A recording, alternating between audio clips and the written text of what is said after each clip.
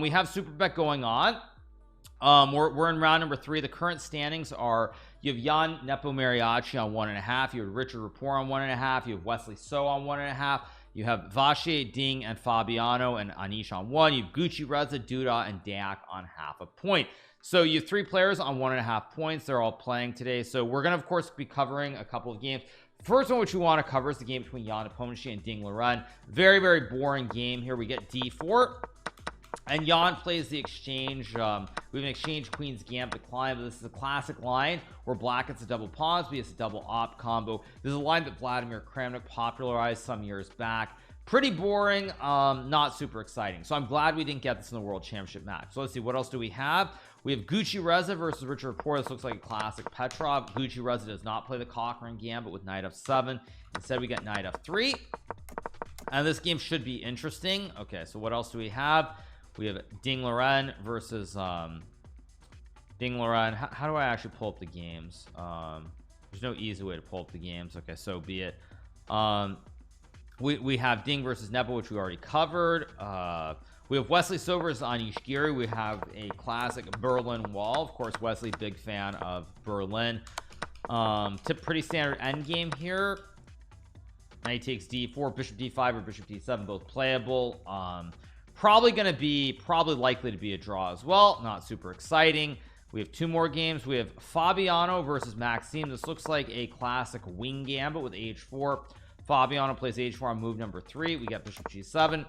King's Indian defense here turning into a bento gambit with a6. Now this was played in a game I think between Peter Savitler and Maxime Vachier-Grave sometime back in St. Louis. Don't remember exactly when, but they had something similar.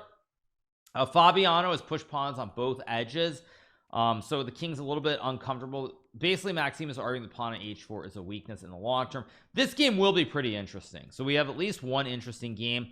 We have Dayak Bogdan versus the dude, and the dude is we have the classic Rossalimo. Pretty standard, nothing too crazy. Oh, MVL had the white piece in that game. Okay, that's wise. So all right, back to the Ding game, because that is the one we're going to most likely cover the most of. Actually, I'll pull up all the games on another tab so we don't have to do this rigmarole non-stop, and go from there. Games, let's pull up the other game. I will mute this tab, just so we have all the games as well. Let me see, which one do we have? Put this up here. It's 1, 2, 3, and there are 2 more games, so 1 second.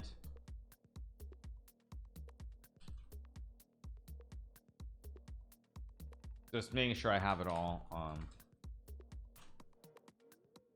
Super bet games, pull it up.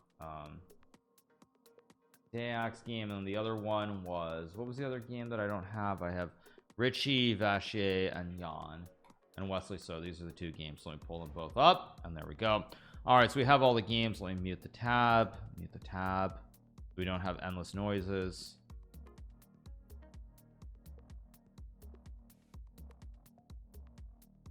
So, okay, there we go. All right, so we're gonna be covering this for a little bit. Ding is big chilling. I think Ding, as I said before, as far as Ding goes, what he wants to do in this tournament, this Grand Chess Tour event, it's very simple. I think Ding wants to draw every game and get out of town as fast as possible. I don't think that he particularly cares about this tournament. I think he's playing because he agreed to play before the event, and potentially he would have faced a fine if he had withdrawn at the last moment. Same applies to Jan Nepomucci. I assume Jan is the same thing, although Jan lost, so maybe he wants to play more chess. Kind of hard to judge. Anyway, yeah, so we have a pretty standard position here. Like I said, this whole queen's gambit declined with this bishop g6 takes, knight f3, a5, a4. Pretty dry. Number 3 in the world versus a world champion. Yeah, I mean, again, like I said, there's no happy answer to that. I mean, again, Ding is the world champion. Magnus abdicated the throne, just like King Edward VIII did. As we know, Edward should have been the king, but again, he was having too much fun with Wallace Simpson, and that was a big no-no for the church. So, you know, Magnus doing the same thing, abdicating the throne, and that's why Ding is sitting on the throne. But we'll see what happens. Edward Scissorhands, love the divorcees. Yes, right, good one. Good one, you guys. All the Brits in chat are mauling at my comments, but anyway, yeah, so pretty boring position. The other games also not super exciting. We have, of course, Wesley So versus Anish Giri. Again, not super excited. Did I watch the coronation? No, you guys, of course I didn't watch the coronation. Why would I watch Charlie becoming the king when the queen isn't the right queen? Let's be clear, we all know who the queen should have been, and she died unfortunately in Paris many years ago. So what else do we have? Fabiano's game still going on here, nothing too crazy. Alireza plays h4 on the king side to try and open it up. Okay, dude. Yes. Anyway, all right. So we are going to be covering the we're going to be covering this today. Obviously it's the start of a new week, you guys, so I will explain what we're doing today. We are going to be covering the grand chess for the next couple of hours. We are going to be playing in our decathlon event, 2-hour arena. It is 3 checks. I believe the first prize is either $1,000 or $1,500. Not 100% sure, but we do have that. So also for those of you guys who are wondering about like channel points and other things, channel points aren't here, but we are able to do polls now. Hopefully there will be channel points soon, so everybody can gamble away their channel points. But that is another improvement that Kick has added as well. So yeah, Grand Chess Tour event going on. I'll pull up another tab so that you guys can see all the information about it as well. Let's pull this up just so you guys can see the information. The prize money is as follows. The prize money is $100,000 for first place, second for $65,000, third place is $48,000, fourth place is $32,000, fifth place is $26,000, sixth place is 21, 18, 16, 13, 10, 5. So the bottom finishing player is guaranteed 10,500 bananas. Gotta love all that gamba money coming into chess. Gotta love it. So those are the prizes for the event. Now the prizes have slowly been going up. They're pretty decent prizes for the Grand Chess Tour. Again, if you are a top chess player, the Grand Chess Tour, that's generally how you would generate your income. When I was playing chess professionally back in 2017, 18, 19, Grand Chess Tour was about 4 to 5 events. You're guaranteed to make at least $10,000 even if you finished at the bottom. So that's what we have in the way of the standings. So back to the chess now. Yeah, back to the chess. Let's see. We have a3 played by Nepo here to locked pawn at a4. Now we do know that Nepo worked with Vladimir Kramnik for the World Championship. Kramnik, of course, played this line a lot with the black pieces, so no doubt Nepo picked up something from Kramnik in this specific line. I'm guessing here black wants to play knight d7 and b6 here to guard the pawn, but also jump to c4. At least that seems like the logical approach. So do I think it's feasible for people to bet on top level chess games? Absolutely not, and I'll tell you why I don't think it's possible. I think with the top prize being $100,000, there are many opportunities to manipulate it if there are no caps involved, where you can manipulate and bet on yourself. Plain and simple. The incentives to cheat are far larger. Now I would say this: if there were tournaments every single month where the top prize was like maybe $500,000 or $1 million, that wouldn't happen. But as of right now, that is not the reality with chess. So because that's not the reality, I don't think that there's a I don't think it should that there's a way to have it without caps. So with caps, I think it's possible maybe, but if they're caps, of course it can never be that big, and then what's the incentive to begin with?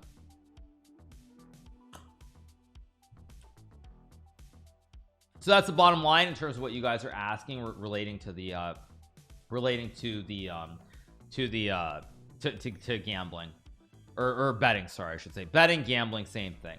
So why am I reviewing these games? Because Ding and Nepo are playing again. It's their first time since they played in the World Championship match. Emotions are probably running very high. Nepo probably wants to just beat Ding really badly because Nepo feels like he was the better player in the match. But at the end of the day, it's a new dawn, and Ding did win the match, so he is the world champion. Why are they even playing again? Because chess never stops. There always are more and more tournaments. Is this game 15? Yes, you guys. It's game number 15 of the World Championship match. After the 14th game was drawn, they took a 2-week break, and this is a resumption. So when Nepo wins this game, he is going to claim that he's the world chess champion, because he will have won the match by a score of 8-7 in classical chess. He will be the classical chess world champion when he wins game 15 today. So all right. In the meantime, the other games are going on. Okay, Anish's game, maybe small advantage. We should watch Gucci-Reza, because if Gucci-Reza loses today to Richard Rapport, I will become the number 4 player in the world, even though I am retired. So let's see what we get in this game.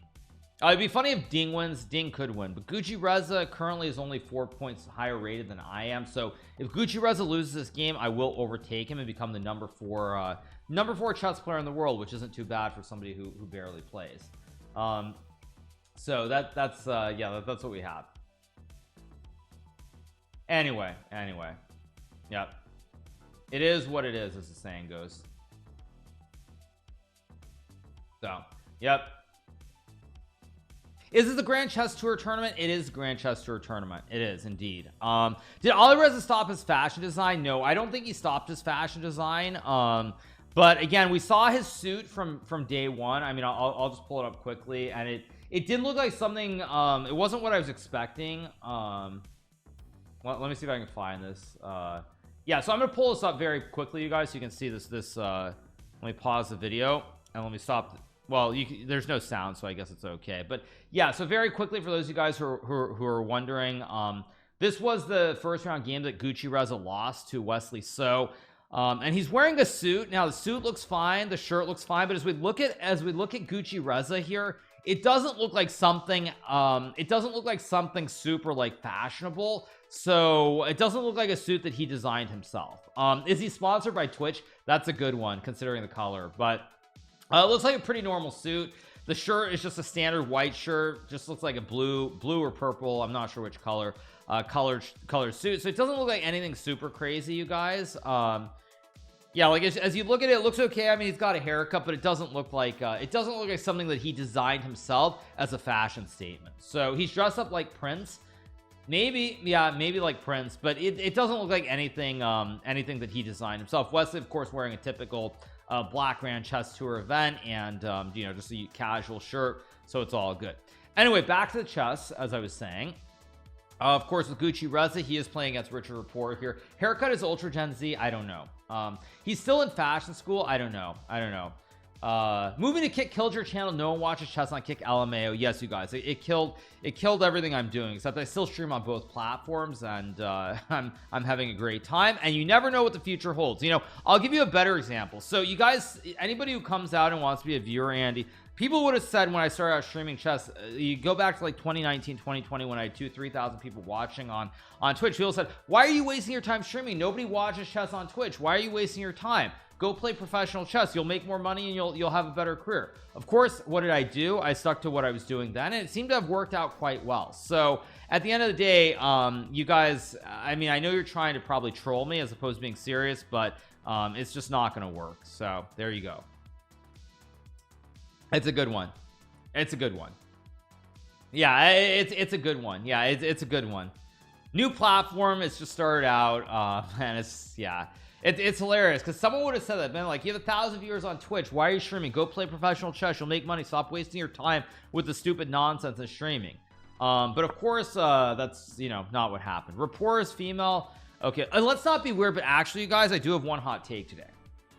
I do have one hot take, which is I went to the hockey game last night between the Maple Leafs and the Panthers, and of course, because it was being played, they did both national anthems. Now they did both national anthems, but I was kind of confused when they did the Canadian national anthem. Obviously, I spent plenty of time in Canada, so I of course have the national anthem memorized by heart. And I was kind of confused because I'm listening to the anthem and they say in all thy us command. The line, as I understood it, was in all thy sons command. Was that some kind of change, gender related or something, that you can't say sons anymore? Because it was definitely in all thy sons command. So somebody can tell me, but I was listening, I was like, what? Like, they changed the line. I was really confused by that. They changed it? Okay. They did change it. I was, okay, I don't know. I saw that, I was like, excuse me? What's going on? So anyway, yeah, I was really confused. They did gender neutralize it. Okay. Yeah, I mean, again, not to get into hot topics, but I was kind of confused when I heard that. I was like, excuse me? Yeah, I was kind of confused by that. So anyway, back to the chess. What do we have? We have the game between oh, Nepo has played f4, by the way. Nepo has played f4. Idea to play f5. Ding plays bishop c2 quickly here. I don't hear music. What's going on? There we go. Okay, we got bishop c2. Idea to play bishop to b3. Apparently bishop c2 is a blunder by Ding, by the way. After rook c1, bishop b3, there's probably knight f3, knight d2. Maybe not. What's the computer like? It likes knight to b1 and knight to d2, and apparently white's much better here. I don't know why, but rapport versus Ding will probably be a quick draw if you ask me. They'll probably make a draw. I'd be very surprised if they don't just like blitz out 20 moves and make a repetition somewhere.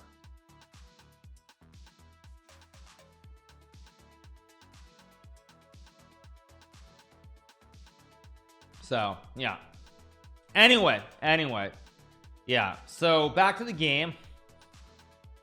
Bishop c2 apparently mistake. So I think Ding was worried because if you play like bishop e7, f5, bishop h5, there's also just like h3 and then g4, and your bishop gets trapped on the rim of the board here. So why would they go for a draw? Because they just worked together for the last like 6 months. Obviously they were on the same team, and I don't think either player is going to want to beat the other one. I don't think they're going to want to fight each other. If Jan finds rook c1 and knight b1, he's actually doing very well, because you can also put knife on f5. Like you get a great bash in here with the knife on f5 because the pawns are stacked, and white is much better here. Wasn't Sam your second at one point, not your main, but didn't he help? He helped me with the candidates. Yes, he did. And yeah, Sam, I never enjoy playing against Sam Shanklin. I'll say that. I never enjoy it. It's never fun playing against him, because obviously someone that I know from the days of playing the Olympiad and everything else. So yeah.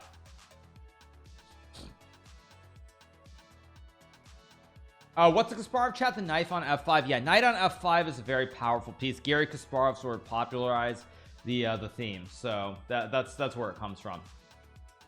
So all right, well, I react to Kramnik's podcast about Nepo. If you guys have a link, I could, and assuming it's not like 10 years long, I could pop parts.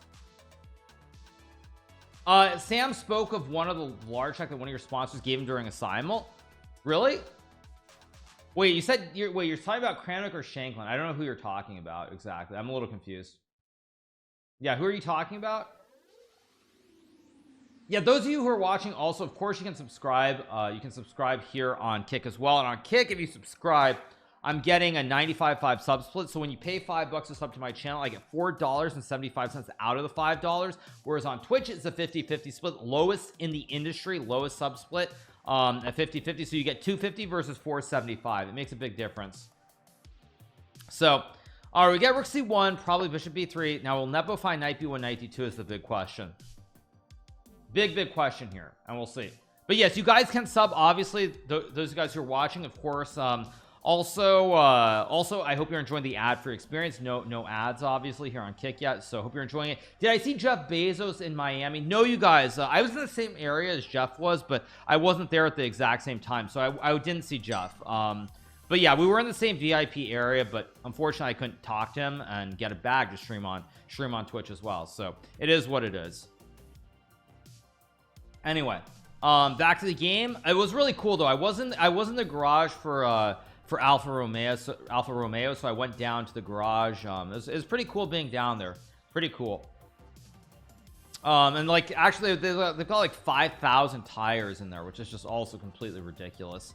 Like literally 5,000 tires being heated nonstop all the time. Just all the technological stuff is pretty wild. The engine and everything else, like crazy. So okay, anyway, someone was asking about the Pro Chess League. I'm not doing any prep for the Pro Chess League. I'll show up and play. I'll do something maybe one day before and go from there. But I did not meet any of the drivers. No. Am I gonna make it on next season? No. But apparently I was on one of the broadcasts. I saw on Twitter on one of the British broadcasts. I think I was in the background of one of the behind one of the reporters when they were reporting on the event. So yeah. Anyway, yeah, so I was at the Miami GP2, but I didn't see it. Well, I was only there on Saturday. Yesterday I was at the hockey game. So yeah, but of course yesterday at the hockey game I was wearing the jersey with my name on it, so I got stopped by like 20 different people. It was pretty insane. So why do they heat up the tires? I assume better traction. Also have I seen STL ignoring you as the #1 American player? No. Do you have a link of that, Moves? Do you have some comment about that, Moves? If you have some clip or something that you're referring to, I can cover it, but otherwise it doesn't matter. You do? Okay, show it to me. Let me see it. Do you like talking to people in public when they recognize you? Oh, absolutely, I love it. But it's also funny too, because I'm gonna give you guys another, it's not a hot take, but another take, which is I think that when people see me in person, they're kind of confused, because I think there's this general notion about, there are a couple general like notions about streamers, which is, the first one is that is that streamers basically never leave their houses. They're always inside. They never go out. They never do these sorts of things. That's the first thing. Second thing is that they basically act like celebrities, meaning that like you won't see them in public spaces. You're not going to see them doing things that normal people do. So it's like, you know, for example, you assume if you go to like a hockey game, they're going to be in like some VIP box or something. They're probably gonna have a limo to take them to and from the location. So it's like very limited interaction that people have to like talk to them. And I think both of those things are definitely true. And so usually when I get recognized, people are very confused, because again, it's like, well, like the assumption is like streamers or even someone like me that we're not going to be in public at all. And so for me, like, it's like I'm literally walking back home from the stadium, or walking over to the mall, and I'm walking back to the mall to go do stuff after the game. And I think it's just, there's this notion that, you know, streamers, they just don't do things that normal people do. So anyway, yeah, it's not going through because it's a Twitch clip. Okay, my mods can find it. Which channel is it on? Just send a message to one of my mods. Yeah. Oh, wow, Nepo finds Knight B1 to play Knight D2 here. Knight B1, Knight D2, very nice. Yeah. Yeah, you asked them to send it to you in a DM, Creamsicle. Nice, okay. I'd love to cover that clip if it's there. So anyway, Knight B1 is played by Nepo. Idea to play Knight D2. Danny wants to play now. Danny didn't want to play earlier, and I was more than ready to play Blitz. And now I'm covering the Grand Chess Tour, so I don't know what to say. So yeah.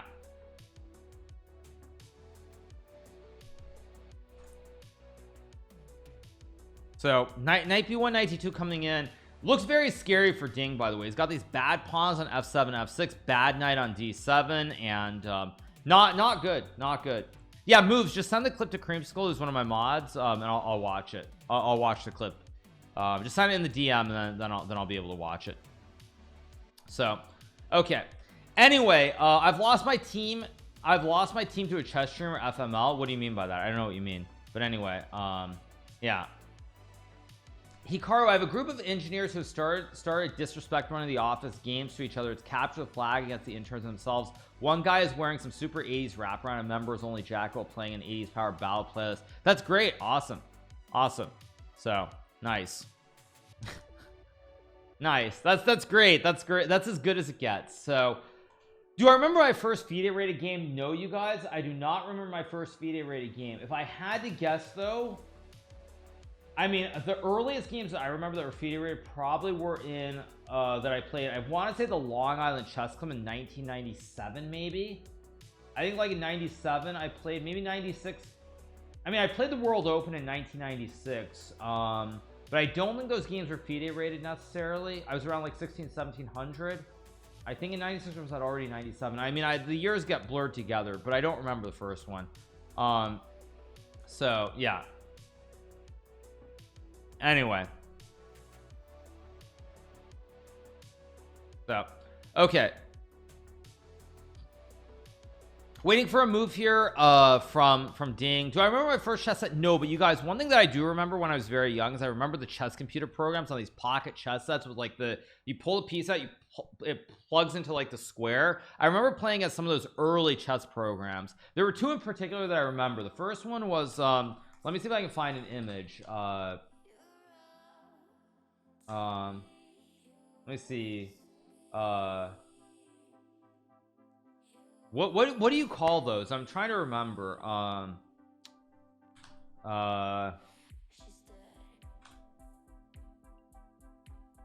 Portable, maybe it's portable chess game. I don't know. Let me see. I'm gonna cover the clip in a second. I'm looking to see if I can find it. It wasn't this, you guys, but it was something like this. Let me it was something like this. Open image, a new tab. There we go. All right, it's something like this, just so you guys are wondering. It's something along these lines, something like this. MK12 Kasparov chess trainer. It wasn't this specifically, but something like this. I had one like this when I was very young. There was a let me see if I can find another image. The other, oh yes, and this, you guys, this was my beloved. This is what I played against. I got to open this image in a new tab. Yeah, this is what I played against all the time. This was a master level program. Yes, this is what I love playing. This is like 2200 program. Yes, I'll make it large so you guys can see it. This is what this one I loved. I love this one. This was the Novak J2. It was a chess program. It came out in 1995. And basically, yeah, so you pull the pieces out, you move it into the next square. I love this. And actually, like, I remember playing at this program, and this is how I used to study chess. I'll give you guys a great story. So back in the old days when I was very young, just starting out playing chess, the way that you learn is by playing against the program. And one of the best lines that's even today sometimes people still blunder is in the Grand Prix attack, where you play knight c3 and f4, and after takes bishop b5 check, black can play bishop d7, and after queen e2 check, if black blocks with the queen, you win the pawn. If black blocks with the knight, you take the knight with the pawn and you win a pawn. And this was one of the early tricks that I learned from playing against the computer way back in the mid 1990s. So yeah, I played quite a few games against this Novak J2 computer program. I loved it. This was back in the old days, back when everything in the world was good. So yeah, 32K byte program on an RISC style processor. RISC style processor. Oh man, so good. Yeah, no bag. Yeah, very precise peg sensor board. Yep. Yeah, these were the old days. These were the old days, you guys. Yeah, the old days. Yeah, I'm feeling nostalgic. I am, because when I was really young, this is what I would do. I'd play against these programs, these portable programs. That's how you learn. There was no, like, there were no stock visions, no engines in the world that were busy ruining chess and like having these eval bars and changing everything. So yeah, I remember them very well. So all right, anyway, okay, so let's move on. Let's move on to our clip. Of course, let me put this back at 100%. Okay, and let's change scenes. All right, there we go. Now we do have a clip to cover, so let's cover this clip. Let me stop the music for a second, and here we go. Let's pull up this clip. What is this clip? Please continue. Followed by the top US players, Fabiano Caruana. Okay, this gets off to a great start. Let me up the volume so you guys can hear it. This gets off to a great start. Gets off to a fantastic start. Let's listen in again. Please continue. Followed by the top US players, Fabiano Caruana and Wesley. Then we have Dutch number 1. Okay, so I mean, this is like this isn't a huge bait, generally speaking, because they're just showing the players in the Grand Chess Tour. But yeah, they say top players, like I mean, obviously when you look at this list, there are 2 players who are missing completely, which is, you have, of course, myself and Magnus Carlsen. We are, I believe, the 2 highest rated players on the URS rating system, and neither of us are playing. It's like it's a minor bait, but it's not, I wouldn't say it's that big of a deal. I'd say it's pretty minor. It's not really that big of a, it's not that big of a bait. So it is what it is. I was hoping for something more exciting, because that's not super dramatic. They do ignore me, yeah, of course they ignore me, but I'm not playing, so it's not that big of a deal. And they didn't say, like, they didn't say the number 1 American players, to be fair. They didn't say that. I was expecting something more dramatic than that, but that's what it is. So anyway, as I was saying, back to the chess, we do have knight b1 played by Nepo here. Nepo is doing very well. He wants to go knight d2, hit the bishop on b3, and it's tricky.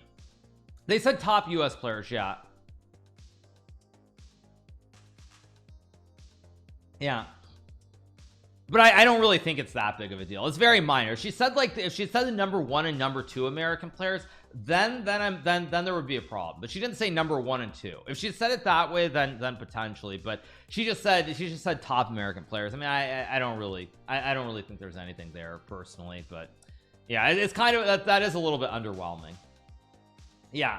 If she said number 1 and number 2, then there would have been drama. But she just said top American players. That's just not really there. And also, to be fair to Nazi, basically she's very new as a commentator, so like I mean, she's gonna make mistakes, and she's nervous. So yeah, you guys are just like drawing insights into things that don't exist. So yeah. Okay, waiting for a move from Ding. Let's move around the horn. Let's see what's going on elsewhere. We have Wesley versus Anish. Very complicated game. Also, I was going to say something else for everybody who's watching. I was just going to say something separately. A big shout out to everybody who does seem to recognize me at these events that I go to these days, like Formula 1, and of course and of course like the hockey game last night. It's kind of wild to think of chess from that perspective, because it never used to happen. Chess was this like niche game nobody cared about, and now it's just like it's insane. It's out of control.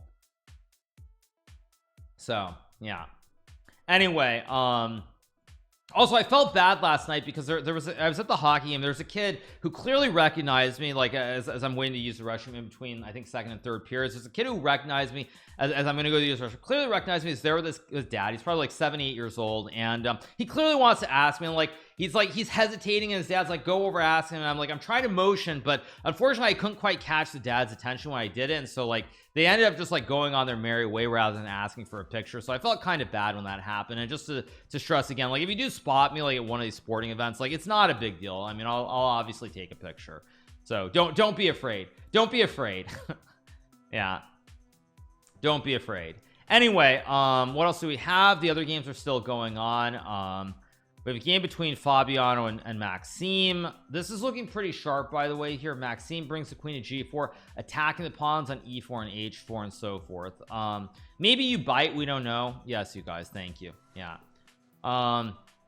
So yeah, we've got all these games going on. Rez's game looking fairly dry so far.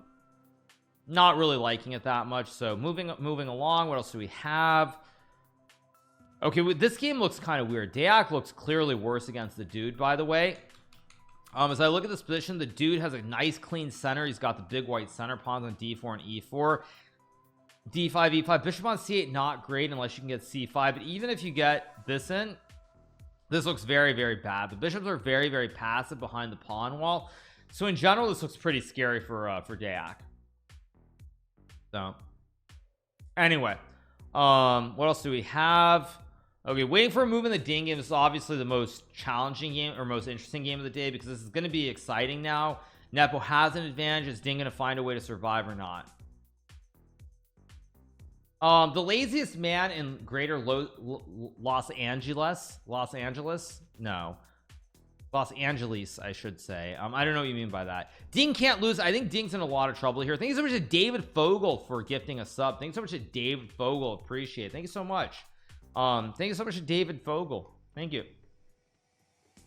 So yeah, the dude equals the big Lebowski. Indeed, that is who the dude is. Why didn't Ding take a break after the world championship? Because Ding had agreed to play. I mean, Ding and Nepo both agreed to play in this Grand Chess Tour event months before this tournament started. I mean, I actually, like, I should be able to tell right away, because I was invited to play the Grand Chess Tour too. So if I look at the Grand Chess Tour, let me see. They agreed to play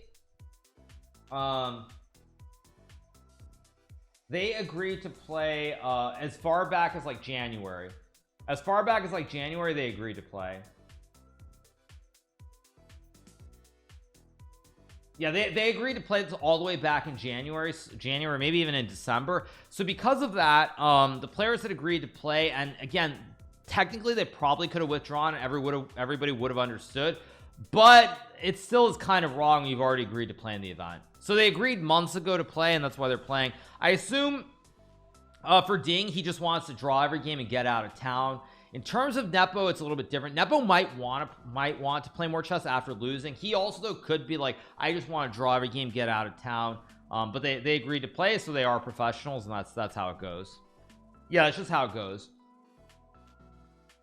So that's what we're doing right now. We're covering, of course, the World Championship match, game number 15 between Ding Loren and Jan Nepomniachtchi, being played in Romania. Nepo's goal to reach 2800. I think Nepo's very close. He was right there when he lost that game. He's 2797 currently, number 2 in the world. So that's what it is. Hans is a bad position against 2600. I literally don't care. So yeah, Ding and Nepo are playing. And what else do we have? We have a bunch of other games. We have Wesley versus Anish. We have Dayak versus Duda. We of course have Fabiano versus Maxime. This is also a very interesting game too. Very interesting game as well. Is it over the board? This is over the board chess, you guys. So these players are sitting at a chessboard, a wooden chessboard with wooden pieces. and they're actually playing, and there's actually a clock as well. Did I see Elon? No, you guys. Elon was in the Red Bull garage, so I didn't see him. The only person who I missed who I would have liked to have seen was Bezos, because I saw some pictures of Bezos and he was down in like the VIP area where I was. So it's annoying that I didn't see Jeff. It would have, but you know, to be fair, if I had spotted Jeff, it would have been a very awkward conversation, because I would have had to go up to Jeff and be like, first of all, I'd be like, yo, can I get a picture? But then I'd be like, well, Jeff, hey, it's nice to meet you. I'm a streamer. I was a streamer on Twitch, but you know, I also always tell my subscribers on Twitch to basically take money out of your pocket. So I hope you don't take any offense to that. So it would have been an awkward conversation if I had actually met him, but you know, it's all relative. Anyway, thank you so much. Just send me your packs for the 10 gifted subs. Appreciate it. It would have been kind of awkward, but like, well, you know, I always tell people to basically use their Twitch Prime and take $5 out of your pocket. I hope you don't take any offense to that. But anyway, back to the game. That would have made it cringe. No, I mean, I wouldn't have said that, but actually I would have said something else which he either would have liked or hated if I had run into him, because I actually know somebody who worked at Amazon in the very early days, like the very early days. They're like kind of a bit of an advisor to me, and they basically left Amazon really early because they had a disagreement on distribution, like the late 90s. So it could have been an awkward conversation anyway. Back to the game. We're waiting for a move here from Maxime, and we'll see what we get here. I think that objectively this should be better for Fabiano, because Maxime's Pokemon here, it's a little bit loose on G4. The queen is not in the greatest of shape. So yeah. Anyway, what else do we have? No moves in this game. We get A3 and Anish versus Wesley. This is looking extremely boring here after Bishop E7 or maybe Bishop F8. I don't feel like Anish has any kind of advantage. Does Jeff play chess? That I don't know about. I've never heard of him playing chess. Honestly, I haven't heard about Jeff playing pretty much any games, unlike say Elon. So I don't know actually. I've never heard about Jeff playing anything like, you know, obviously like Gates and Buffett are like the big bridge guys. You have Elon, who used to play chess. He plays Terraria and other stuff. But I've never heard about Bezos playing any games. I've never heard of Bezos playing any games ever. Unlike a lot of the other billionaires. So what is Light's plan in Fabiano's game? Well, Fettuccine is currently just up a pawn. Fettuccine has an extra pawn on A4 here. So long term, if he can develop his pieces, like get the bishop out, he wants to trade off materials. Say you get some position like this. What Fettuccine Carbonara would like to do is just trade off the queens, and in the long run, he's got an extra pawn on A4 that he can push up the board. So that's what he's looking to do. Decathlon will be in about 2.5 hours. So yeah. When will the real world champion play classical? Well, Magnus Carlsen will be playing in Norway chess at the end of the month. So I will show you guys that very briefly, so you can see the schedule. The lineup is here. Let me pull this up as well, if the page loads. Okay, so here we go. We have the lineup for Norway Chess 2023. The players competing are Magnus Carlsen, the unofficial world chess champion from Norway. You have Reza Firouzja from France. You have Anish Giri from the Netherlands. You have Wesley So from the United States of America. You have Hikaru Nakamura, some streamer they invited for whatever reason. You have Fettuccine Carbonara, also from the United States. You have Shakhar Mamadiyar from Azerbaijan. You have Norbek Abdusatorov from Uzbekistan. Gukesh D, here they actually put out his full name, so Domaraju Gukesh from India, and you have Aryantari from India as well. So that's what we have in the way of the event. So it's gonna be a fun tournament. It starts, I believe, on May 30th. So that's what we have. Yeah. Daniel wants to play with me, yeah, but he could have played with me. I mean, I challenged him when he took his bathroom break like an hour ago, and he didn't want to play then. So I moved on to covering this event. I do stuff besides just playing Blitz all day long. So, you know, I mean, like, that's Daniel didn't want to play earlier. Like, that's not my fault. So anyway, Aryantari from India. Oh, he's from Norway. Sorry, did I say India? Yeah. Yeah, Tari is from Norway. My mistake. So yeah. Is Ding gonna lose? Ding is in real trouble here. Again, this is game number 15. If Ding loses this game, Nepo of course does become the classical chess world champion, because he will have won the match by a score of 8-7. So it's not looking good for Ding, though. I'll say that Ding is in real trouble here. This is not a good position for Ding. Tari is from Iran. I believe Tari is of Persian descent, so yes, I think his parents are both from Iran. So Ding, let's see what Ding can do. If Nepo wins, he's a new champ. Nepo, when he wins this game, will claim that he's the classical chess world champion because he won the classical portion by a score of 8-7. So that's what's going on. Anyway, I don't like Ding's position. I think Ding is in real trouble here.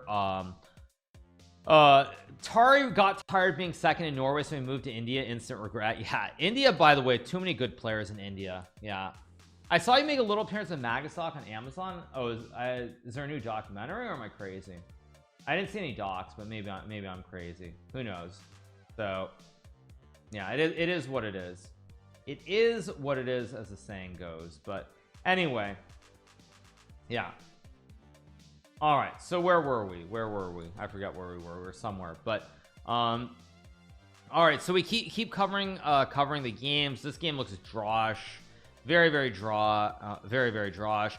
Dayak in a world of trouble. He's got to go c5 here, try to open up the double X combo with c5, just create the X's in the middle of the board. If he can create the X, he has a chance, but objectively I think it's pretty rough here for Dayak.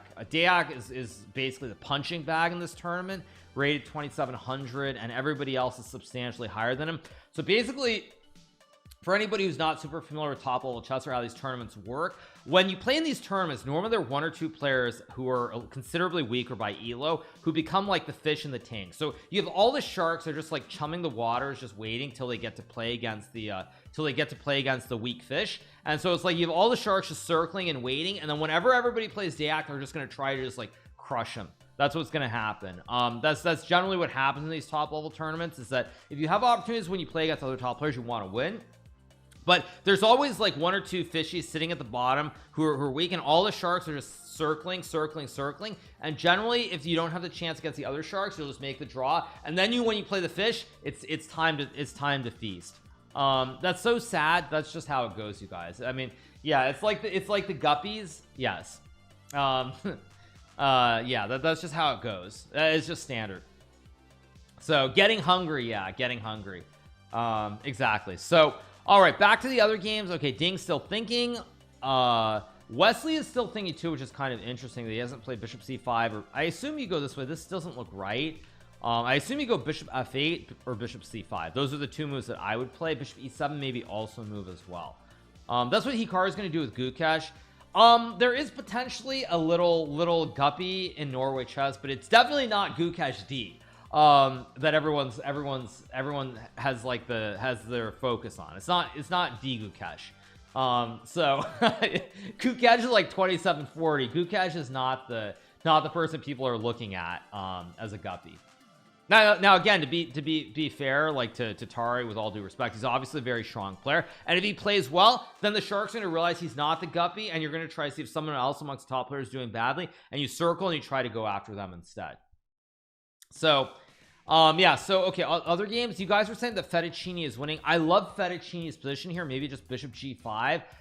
This does not look great to me. I mean, this looks very good. Again, Maxime's Pokemon here on g4, very loose potentially. I don't like this position for Maxime. I think Fabiano is a great position here. Could I be the guppy? Absolutely. It's just like if someone at the top is doing poorly, and someone just asked us in chat, when Gucci Reza started doing poorly in the candidates, he became the guppy in the candidates tournament. He became the player that everyone was trying to go after. Eval Bar says it's equal in that specific position, sure, but again, I'm just giving you lines without looking at the exact evaluation or doing deep calc. So yeah, I mean, this I assume is very good. E5 takes probably just takes, and probably takes. There's like knight c6 or something, maybe not. I see the bar went down. No, actually, Bar agrees with me. It says rook e4 is good for white, so I don't know why you said it's equal. No, Bar agrees. Rook e4 is correct. Again, I don't look at the lines because you know what the players are calculating is not the best line, and I think it detracts from anybody's commentary when you do too much of that. So I try not to look at that, but computer actually agrees. It says rook e4 is best, so it doesn't say it's equal. It says it's 0.5 advantage for white. So yeah, all right, we get bishop g5 played by Fettuccine. Very strong move here. Again, pro podcaster trying to outplay the professional chess player, and so far it's looking good for the podcaster. It's looking very good for the podcaster. So what else do we have? Ding, by the way, 55 minutes. Ding has been thinking forever here, forever and ever. Okay, bishop f4. Let's see what we get here.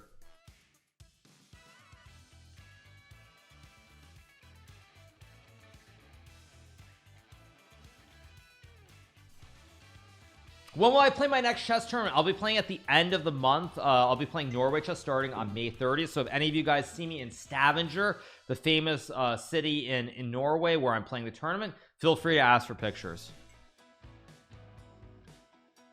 So yes. How was Formula One? I enjoyed it. It was good. Again, the only thing I will say about Formula One that I don't like is that, you know, one of the things is when I go to an event and I want to have an experience, is that the problem with Formula One is, yes, you see the cars fly by you, qualifying day, race day, whatever it might be, but at the end of the day, you can't see the entire track. So you're basically in one position waiting for the cars to go flying by you. And to me, like, that's fun, obviously, but at the end of the day, it's like you need the TV to see all the action.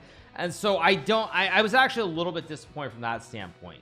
Whereas like hockey, for example, I've said this before, I'll say this again, hockey by far and away, playoff hockey is easily the best experience in person, primarily because when you watch hockey on TV, you don't really see the puck in the same way. Like, I don't know if it's just like because TVs are smaller or what it is, but when you go to playoff hockey, you can actually track the puck in a way that you can't, like, even if you're not a hockey fan, you can track the puck in a way that you can't when you watch it on TV. So playoff hockey is like by far and away the best live sport to watch, in my opinion, bar none, easily. Puck moves too fast for a TV sync speed. Oh, so you're saying that you need to watch it in person? Maybe. But yeah, I mean, it's just like the playoff hockey is great. Overtime playoff hockey, of course, is the best of the best. So yeah, it's great. Yeah, so anyway, plus the lighting, plus the fighting is entertaining, probably. But anyway, no, I mean, like I went to the game last time, my mom was there, and my mom said the same thing, and she of course never follows hockey, obviously, and she was telling me that like you can follow the puck, and like she was saying you can follow the puck. It's so much different than watching it on TV. So yeah. So anyway, back to the games. Waiting for some moves here. Fettuccine looking good against Maximus. Okay, Dayak plays c5 to open up the double op combo. I'm very worried after d5, maybe d6 here. Tennis is good as well. Tennis is great. Yeah, if you have the right viewpoint, tennis is amazing too. But I would just say again, like, having gone to it, I think the atmosphere of playoff hockey is better than anything else. Just because, like, if you go, like, let's just say your name is Felix Longjell and you go to watch the Lakers play a playoff game, it's really, really great seeing all the action. But because there's so many baskets scored, like, yes, you can get to the very end of the game where it comes down to single individual possessions that make the difference, but every moment is not as critical. Whereas in playoff hockey, because it's very much like soccer or European football, every possession starts becoming really, really important in the last 20 minutes, like the third period of the game. So all right, anyway, waiting for a move here from the dude. Yeah, the dude is thinking here you can play d5 or d takes c5. If you choose, by the way, chess and tennis, what do you mean for playing? I mean, I'd much rather be good at tennis, obviously, because tennis is like, I mean, tennis is tennis. Like, what more do you want me to say? So waiting for a move here from waiting for a move here from the dude. Let's move along. Okay, Fettuccine looking good. Alireza's game is moving at a glacial pace here. Both sides, even material here, but a very, very glacial. So do you think if Danny hadn't finished college and concentrated on chess, he would be a super GM right now? No. And I would say, like, because I saw there was a thread about this recently, people are underestimating online blitz versus over the board blitz, and secondly, no increment versus increment makes a massive difference for someone like Danya. Danya is very, very good at winning games on time. He's very good at flagging. He has great technique with the mouse and blitz and bullet, but these are games that have no increment at all. And people don't understand, he played the online tournament of the Speed Chess Championship against Sergei Karyakin some years back. This was online. This was, I believe, 3+1 or 3+2 increment, and Danya got absolutely clocked. He got clocked by Sergei. He lost 8-2 over 10 games. Now, Sergei's online blitz rating is probably at least 100 points below Danya's, but with increment, Danya's rating and Danya's ability to play, the quality is significantly lower. And when you look at the World Rapid and Blitz, that is a tournament that it has increment. So people really misunderstand the difference between increment and no increment. That's the bottom line. So yeah, like Daniel without increment is one of the absolute best in the world online. Probably even over the board he'd be very highly ranked, but with increment he's probably not. I mean, if you look at the top probably 20 players on chess.com, if Daniel was playing against him with increment, I think he would lose in matches to probably like maybe all of them, honestly. In a 10-game match, if you look at the top, maybe not top 20 but top 10 players, he would lose a match where there's increment. He would just straight up lose a match to them over 10 games. So there's a huge difference between increment and no increment. Secondarily, Daniel's to be a super GM would have to be 2750 plus. I think Daniel would probably be very close to 2700, but he would be maybe top 35, top 40 in the world versus say top 10. So yeah, anyway, back to the game. Apparently bishop f4, the eval bar is going down kind of for Gucci Reza here. Whoops, I didn't mean to minimize that. Why did I minimize that? So that's still waiting for moves. Glacial pace, d5 played by the dude here. Top 50 would be amazing. Oh, absolutely, that'd be great. But super GM normally means like the very top of the top. It doesn't mean like top 50, top 100. It means the very top of the top. Are there any top level tournaments without increment that Daniel could play? No, and the reason for that is because over the board you don't want flagging. You want the game decided on the board with the best moves for the most part. And so all the blitz and rapid tournaments have increment because you don't want a game where someone gets flagged. Flagging is just uncivilized as it relates to over the board chess. It's just uncivilized. Even for me, like I know people think I love flagging, but I would never want to play over the board tournaments where flagging is an option. It's uncivilized. It's just not right. So all right, back to the other game. What do we have? We have, okay, Ding. I'm sorry you guys, how long has Ding been thinking here? I mean, I haven't been keeping track of time, but I feel like Ding's been taking a nap for the last half hour at this point. Am I right or am I wrong on that? You guys can tell me. I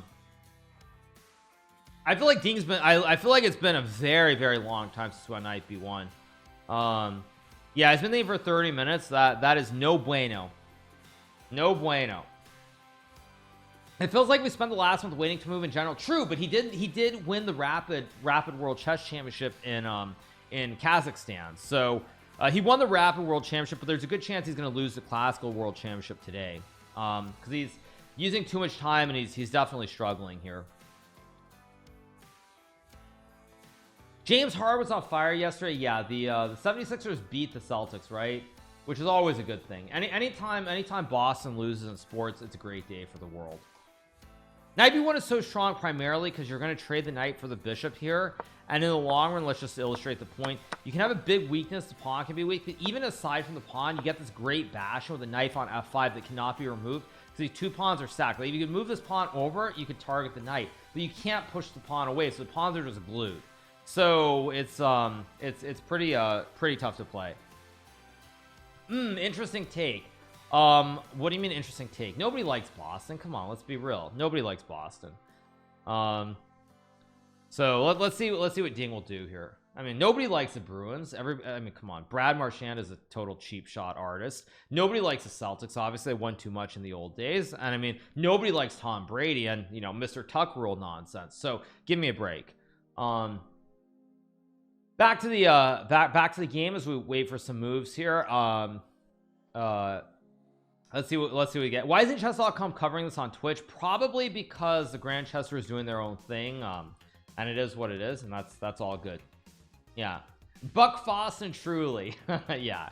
I saw Marchand pee on a table in a casino in Halifax when he was like 19, total D-bag on and off the ice. Wow, okay, that's a new one. All right, so that's a new one. That's a good one. Okay, waiting for a move from Ding here. Let's see what Ding does.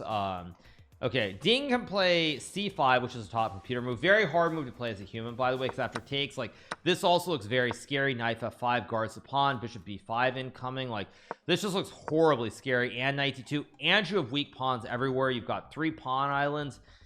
Looks pretty scary. So yeah. Do I follow the Magnus poker games? No. I thought also it's pretty funny that as far as Magnus goes, people were making a huge deal out of his performance in the EPT in Monte Carlo. Like, his performance was completely fine. But again, like, it's not about one single tournament. I know it looks impressive to finish in the money in a tournament when you're not a pro, but the problem is not actually finishing in the money. It's that when you play MTT tournaments, you're gonna cash one, but then you're gonna go like 6 or 7 without cashing. Traditionally, you cash about 10% or maybe a little bit higher. But normally it's about actually finishing at the final table in order to offset all the turns where you don't end up in the money. And people were making a big deal about it, and it's just not that big of a deal. So it's obviously great to see, but it's not anything out of this world.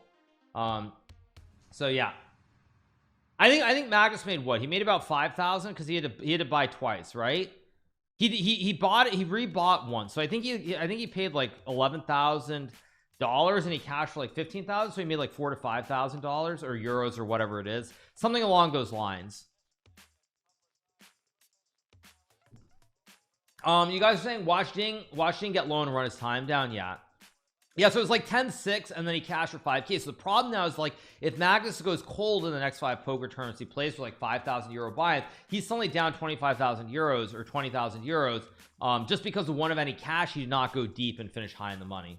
So that's the bottom line. But of course it's obviously good to see, but it's kind of weird the way people are spinning it, as though it's some massive deal. I do find it kind of weird. So okay, let's see what we get here. Waiting for some moves. True story, I took my whole family to play the World Series of Poker main event, and the only one who finished in the money is my mother, the least experienced poker player. She got some airtime on ESPN though. Rofel, nice. So yeah, so I did see that, but again, I mean, Magnus playing, having fun, being casual, it's all good. Why not? Also, for anybody who's wondering about poker, starting tomorrow, we're gonna be back on Twitch for a little bit, and we will of course have our classic ACR bounty event that we're running on running on Twitch. So we will be doing that. It'll be free to play. There will be 3,500 prize pool, $3,000 in bounties. I assume 3 bounties of 1,000 each if you get seated at the table and you bust me. So we will have that coming up tomorrow, of course, on Twitch when we stream. So that's what we're doing. Anyway, back to the games. Let's keep it rolling along. Still waiting for a move from Ding. He plays rook a5 after a very long think. I assume his idea is to play knight to and c5, and the rook stops bishop to b5. This is the idea behind rook to a5, is just to stop bishop b5 and support the pawn push. So Ding finally plays rook a5 after a very long think here, and we'll see what happens. Do I want to be the CEO of chess.com? No, I want to be the CEO of GMHikaru Enterprises. But other than that, no, I don't want to be a CEO. Delegating is actually like not fun. Delegating is probably something that people don't understand. It's like, you think it's fun being able to like be the boss, but having to like delegate tasks and everything else is not fun at the end of the day. So no, I would not want to be the CEO of chess.com. Absolutely not. No, not even close. So okay, we get bishop e7 was played in this game.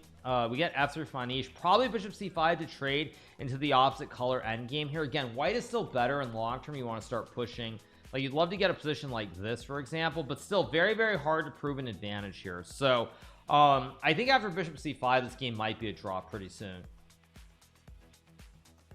Stop streaming or stop playing chess?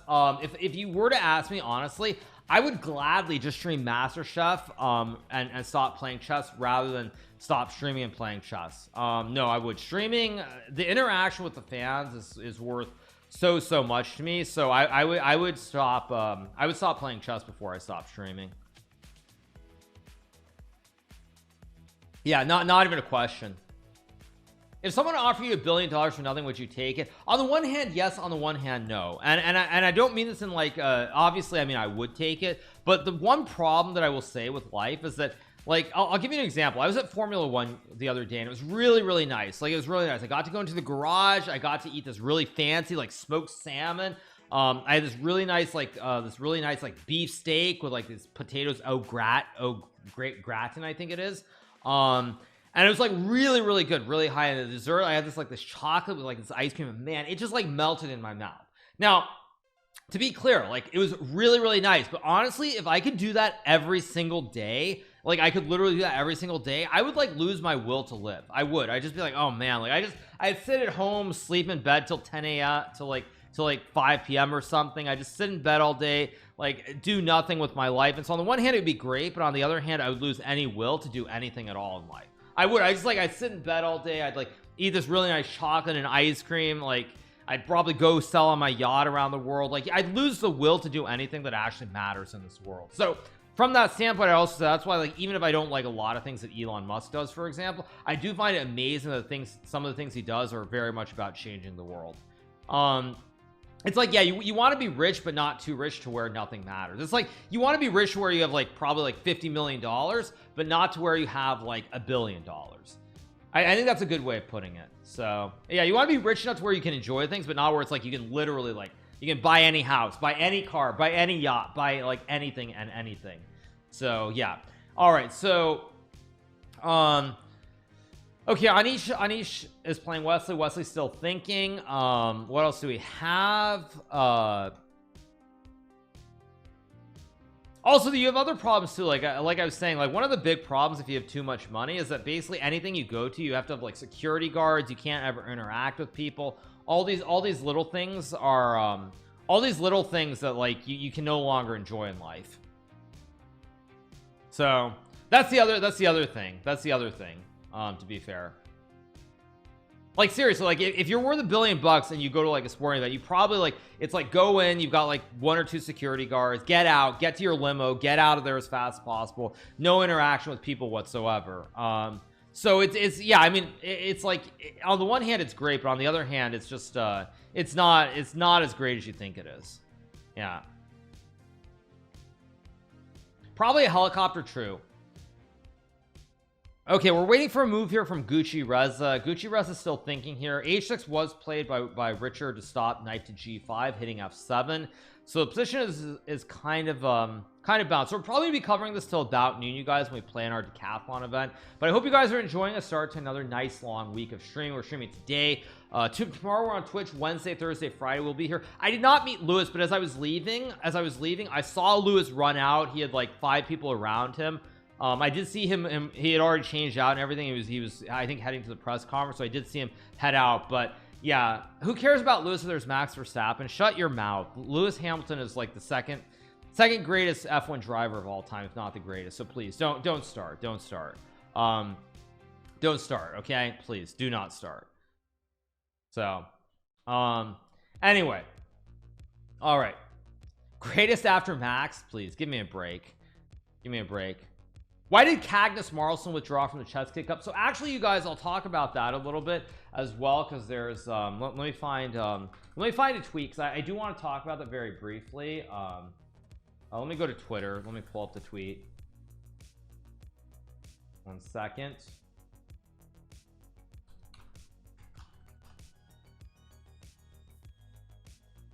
Let me see if I can find the tweet. Let me see if I can find it. Geary, that's the easiest way to find it. No, I can't find it. I can't find the tweet right off.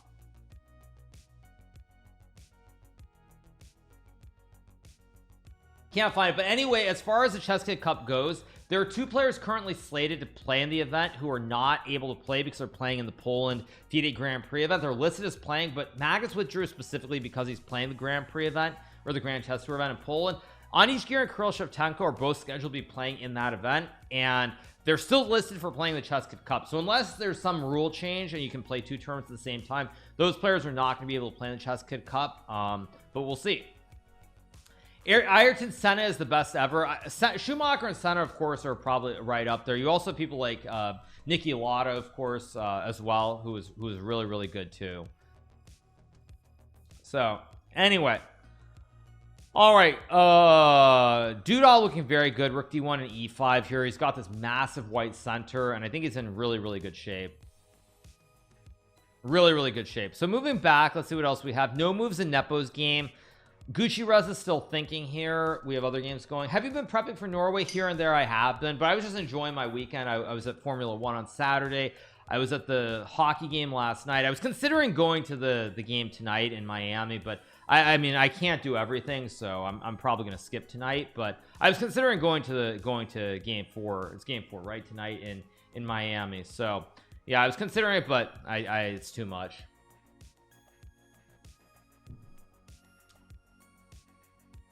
Let's see what we get here from Maximus in this position. I don't like Maximus' position. I think Fettuccine is well on his way to winning. Seattle Kraken beat the Stars 7-2. Yeah, I didn't follow it because like I can't stay up forever. There won't be a view arena today. No view arenas probably. Okay, Fettuccine. Oh wait, 95 was played. Wait, what? Okay, so Maxime's going all in here. He's hoping that with D's Knights, he's going to be able to checkmate. Something like Queen H3 here to get a checkmate on G2.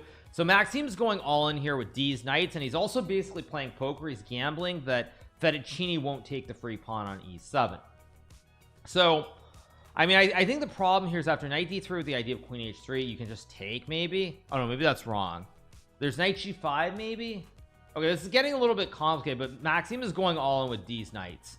He's hoping to jump with D's Knights, and we'll see if D's Knights are good enough or they aren't enough. Let's see what we get. So we'll see. Does Nepo or Ding go live even do they stream? In the past, Nepo used to stream here or there during the pandemic, but he hasn't streamed for many years now, I don't think. So yeah, 3300 today. Nah, probably not today. I mean, I don't really intend to play Blitz today, so yeah.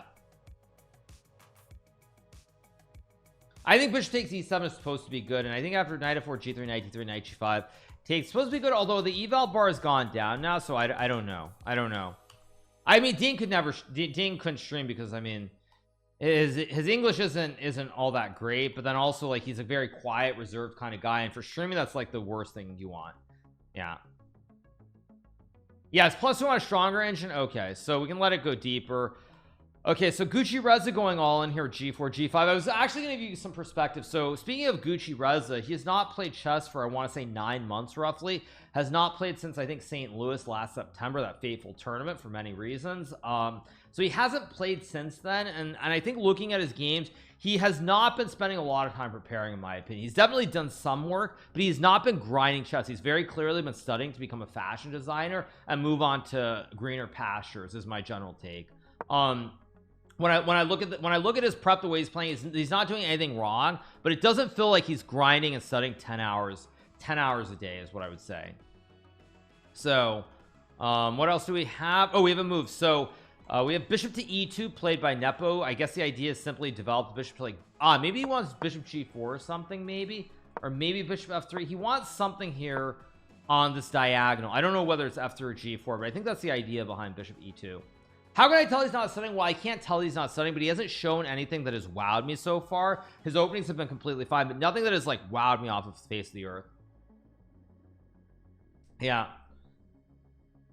How do you study 10 hours a day? Could you give us a scheduled chessboard? Okay, so you guys, I'm going to give you an old story. Okay, let's put it on the proper board here. Okay, so the way that you study chess 10 hours a day is you become Anish Giri. And what does this entail? This means that basically you wake up at a certain time, let's just say 9 a.m. okay, you wake up at 9 a.m. or let's just say 7 a.m. of course, this isn't when you wake up, but you wake up at 7 a.m. you study chess for 5 hours, you take a 1-2 hour break, you eat lunch, then you get back to studying more openings, reviewing all your lines, studying new ideas for another 5 hours from say 1 p.m. to 6 p.m. And the reason that I bring Anish Giri up is a very specific example. So Anish Giri, very disciplined chess player, has great opening preparation, studies a lot of chess.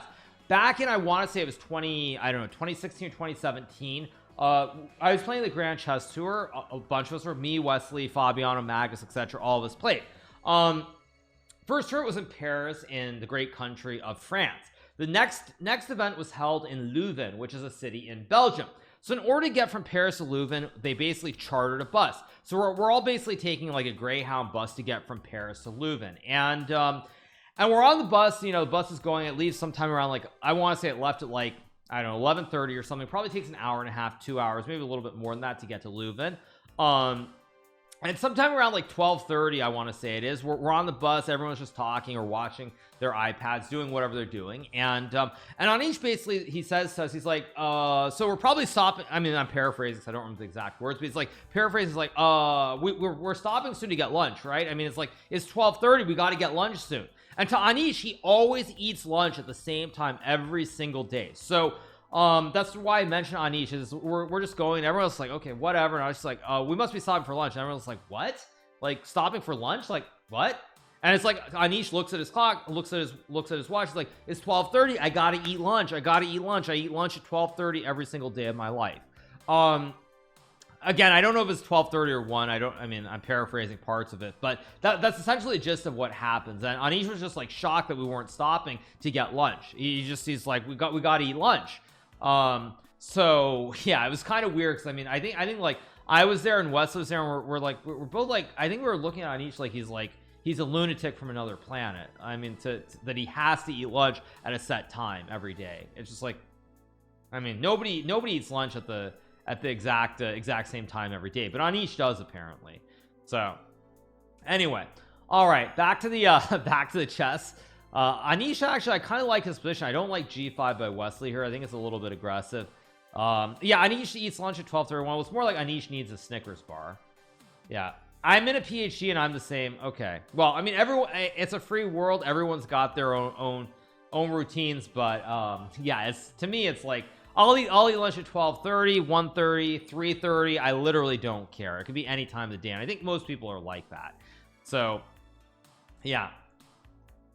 You guys were saying Gukeshireza blundered. I mean, Gukeshireza looks to be doing well. I am keeping an eye on Gukesh game because at the end of the day, you know, Gukeshireza here, if he loses the game, some random streamer by the name of Hikaru will officially become the #4 ranked player in the world of chess. So if Gukeshireza loses, you know, this retired chess player is going to be #4. So that would be kind of impressive. But of course, right now we have a fashion designer as #4 in chess. So it's just streamer, fashion designer. I mean, nobody plays chess anymore. That's just reality. So among the GMs you met, who has the best humor? I mean, everyone's pretty good. Everyone's pretty chill. I mean, we're all on pretty good terms. Actually, if you want to talk about GMs who don't have a good sense of humor, I would say like he's not my generation.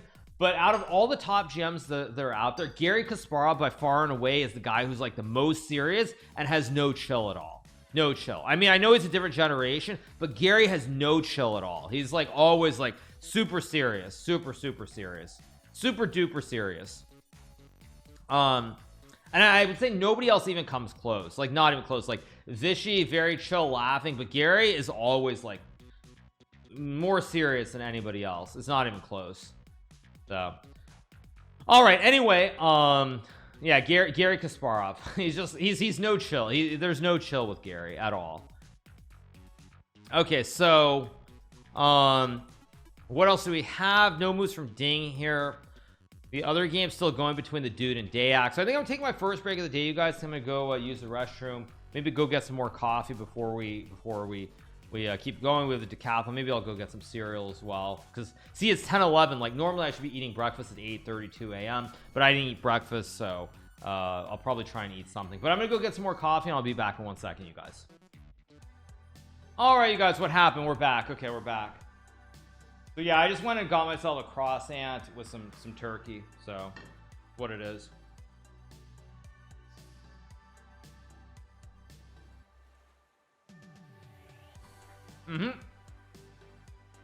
Yeah. Okay, C5 played here by Ding.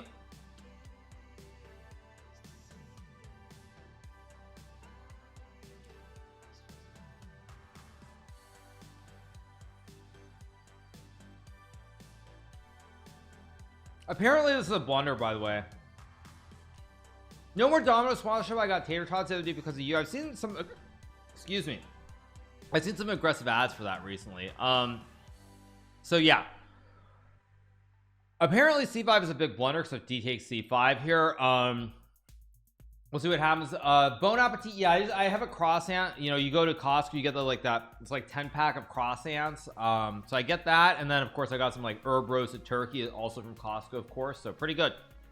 It's like herb roasted, like no nitrates. Yeah, I forget exactly what it is, but that's what I'm eating. Croissants taste good. I agree totally. Yeah, croissants from Costco. Apparently C5 is a blunder. I assume it's because takes king f2, you guard the rooks and you bring these knights into the board. Costco doesn't do sponsorships, but I mean I like Costco, so what am I gonna say? All the French viewers are grinding their teeth. Well, it's better than saying and peasant.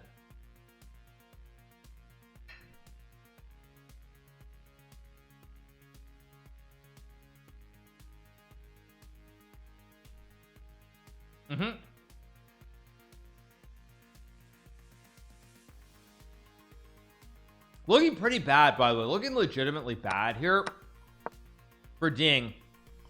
No development, bad pawn structure, weak squares like b5. I think there's a very good chance Ding loses this game, and with it he should lose the world championship title, because he will have lost the classical world championship. Yeah, I mean he will. Yeah, I mean he will. Yeah, if he loses the game, I mean, Ding should not be considered a world champion. He will have lost 8-7 in classical chess, and the world championship is all about classical, not about rapid chess. I mean, Ding can claim he's the world rapid champion, but Ding is not the classical chess world champion. Nepo is, because he won the match 8-7 if he wins today. Also, someone said it's kind of funny, by the way. I don't know if Nepo is going to be happy if he wins today. I don't know. Like, honestly, like, of course you want to win every game, but I don't know if winning today is actually going to make Nepo feel better or actually make him feel worse. Like, honestly, I don't know if he's going to feel better or worse. I think he's actually going to feel worse and be like, what the fridge? Like, why didn't I do this in the world championship match? No, seriously, I think actually winning today is going to make him angrier. Like, I think if this game was like a quiet draw, I mean, it wouldn't change much, but actually like blowing Ding away today, which looks very likely, I think he's actually gonna be upset. Seriously, I'm not trolling. I think he's gonna be very upset if he wins this game today. So it's gonna be like, geez, what did I do? Yeah, but anyway, all right. Nepo won't win, I'm sure. Maybe not. Who knows?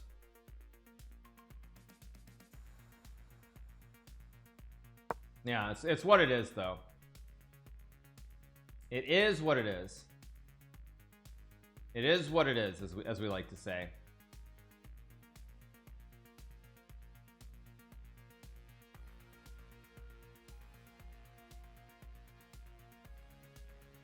So, all right, we got knight f5 played here, which is apparently a mistake. Not the best move here from Nepo, although it still is probably quite good. They're probably sick of each other at this point. That's probably also true. Yeah, Ding already losing the title. No, we're kind of trolling.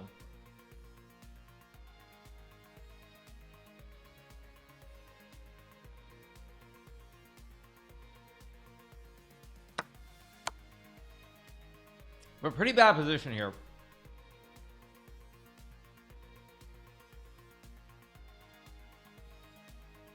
I like knight f5, by the way. Knight b6, good move played by Ding, stopping the checkmate. Knight c4 and c4 both playable here. I mean, after knight d2 or even king f2, I think white is doing very, very well here. We all know that Nepo was the better player. I mean, that's a complicated.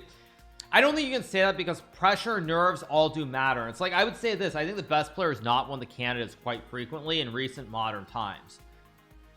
And that has nothing to do with the pure quality of like the top best player. It just means that the nerves and the pressure matter more. Like, that's the thing. Like, that is the thing. So like, if you want to say that, then you have to say like the candidates is the same thing. So you mean, actually I don't mean me. What I mean it by recent times, I mean like in the last like decade or so. If you look at the stats, I don't know if they've done the stats, but if you look at the stats for the candidates turn at the world championship, maybe world championship is different because Magnus has played, but for the candidates specifically, I think they've proven statistically that the best players play substantially worse in that event than they do in any other chess tournament. So when you keep that in mind, that's why I think trying to say that we all know Nepo is a better player isn't really fair, because that does play a role. If you want to say that, then you have to say like, well, you have to say something like Alireza should have won the candidates. Did he win the candidates? No. Was he the best player by rating? Absolutely. But he didn't win. So how can you say that he was the best player? It's a very slippery slope you take when you start saying that. Or Fabiano also.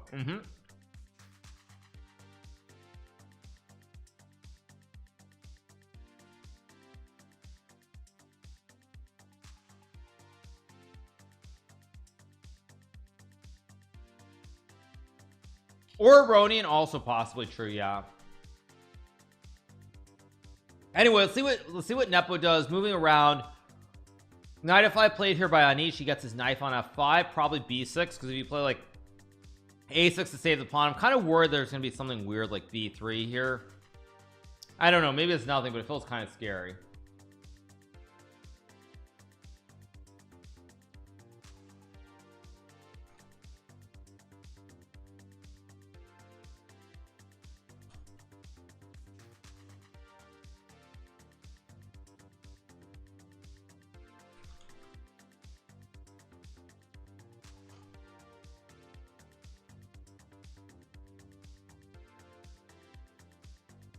Wait.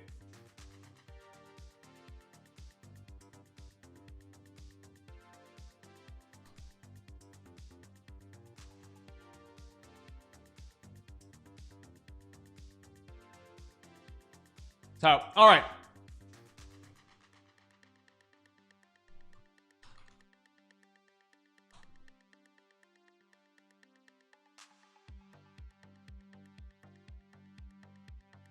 Thanks so much to Gunspot for the raid with 8. Thanks so much to Gunspot. Appreciate it. Thanks so much. So, all right. Let's see what we get here from actually, you know, I just realized something. I always thought Anish had white in this game. I didn't realize that Wesley is white. I suddenly realized, wait a second, Wesley is white in this game. I suddenly realized I've been assuming that Anish had white this whole game. And I suddenly realized Anish has the black pieces. Yeah, I've had it wrong the whole game. Okay, that's I'm actually blind. Okay, now the more important game is the Fabiano game versus Maxime Vash Grab. Fabiano grabs juicer. Thank you to Gunspot for the host once again with 8 viewers. Appreciate it. There's like knight f4, knight bd3, which is coming in here. So that's what we have. So yeah.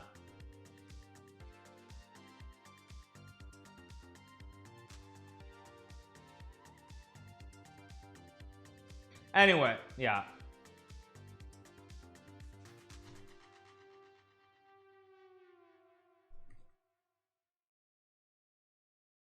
Why is King F2 in the Nepo game so good? King F2 is basically, it connects the juicers, but it keeps the king close to the center. And I don't know if it really matters, generally speaking, but I'm going to assume that somehow E3 is a little bit weaker on with the king on G1, whereas King F2, it's an endgame, so the king guards the pawn and you connect the rooks. It's something dang with the king placement is just better on F2 versus anywhere else.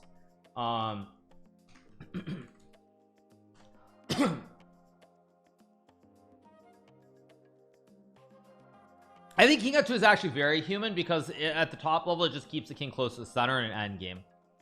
Castling is fine too, but I think King F2 is more human objectively in an endgame. Hans is getting smoked in the Baku Open. What? Let's take a look. What do we have? Let's pull it up. Let's take a look. It looks like he's playing Mendoza, somebody. Who's this? This is the dude from Portugal, right? Mendoza. Yeah, Leon Luke Mendoza or Mendonca, sorry, from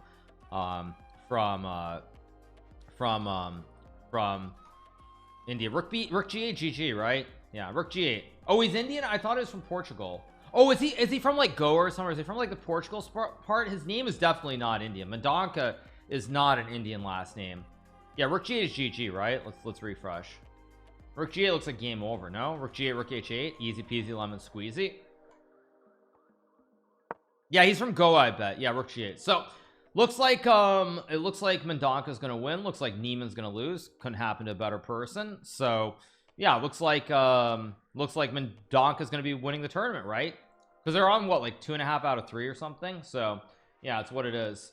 So all right, back to the other games. Let's move back to Superbet. Let's see what happens here. He has not played King F2 yet, so let's see what happens. Yeah.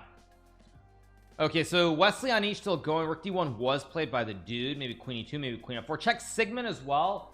Okay, so in Sigmund we have, of course, all the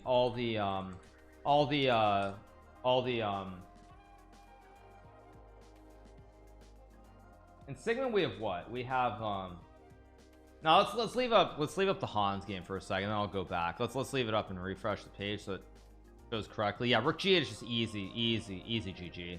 Not even close, by the way. Rook G8 and Rook H8. Like, this is not even rocket science. Just game over.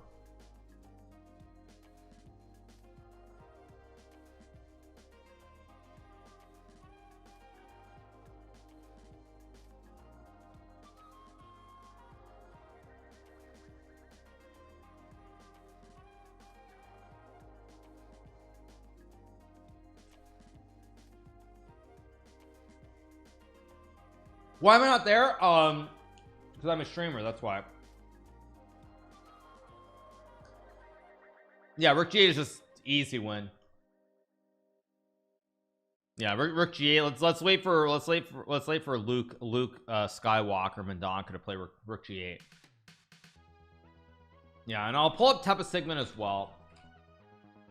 I mean, Rook G8 is not hard to find. If he doesn't play Rook G8, I'd be shocked.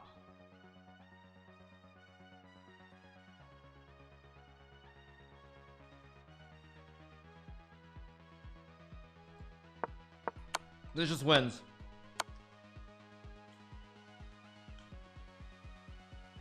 Yeah, Rook G8 is not a hard move to find here. Oh, Bishop E7, you go Rook 1 G7 checkmate. Yeah, I mean it's not even close. There's no counterplay, it's just GG.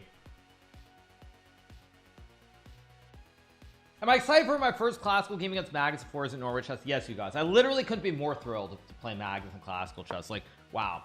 Rook G8 played by Mendonca. Excellent move. GG, why not? So, yep.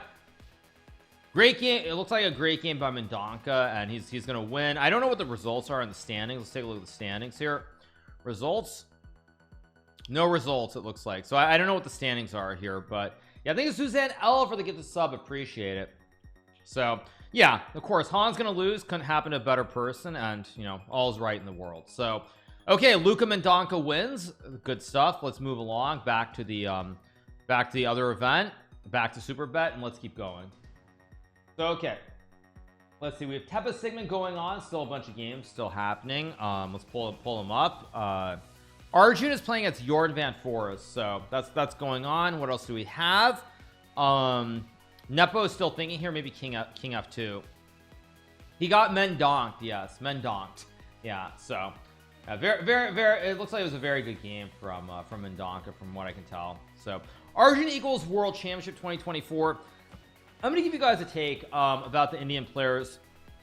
When I look at the Indian players, I think objectively, Arjun is the best all-around player. He's got like the best openings in my opinion. He's the sharpest, most aggressive. But honestly, I think that when I look at them, there's something missing, and I feel like with Gukesh there's something there in a different kind of way. So if you made me pick, I would pick Gukesh, but apparently you guys are saying that Gukesh is losing to Mishra. No, but it's minus 0.69. Very nice evaluation. Very nice. Minus 0.69. You couldn't script it any better. That being said, I don't think this is winning either. Long way to go, but this looks like some kind of Najdorf. Yeah, unfortunately we don't get the Flying Dragon with G6. We get the Najdorf instead. I might have to play the Flying Dragon just so I can meme in a YouTube video sometime. But anyway, yeah, actually Gukesh ended up with the legendary Tower of Power here. But yeah, I would say overall, I know the computer likes Black's position, but I don't think it's that big of a deal. I think it's still very early. So let's go back to the other games. Let me mute this tab so we don't hear the moves. Let's see, we're still waiting for some moves. Waiting for some moves in this Nepo game against Ding.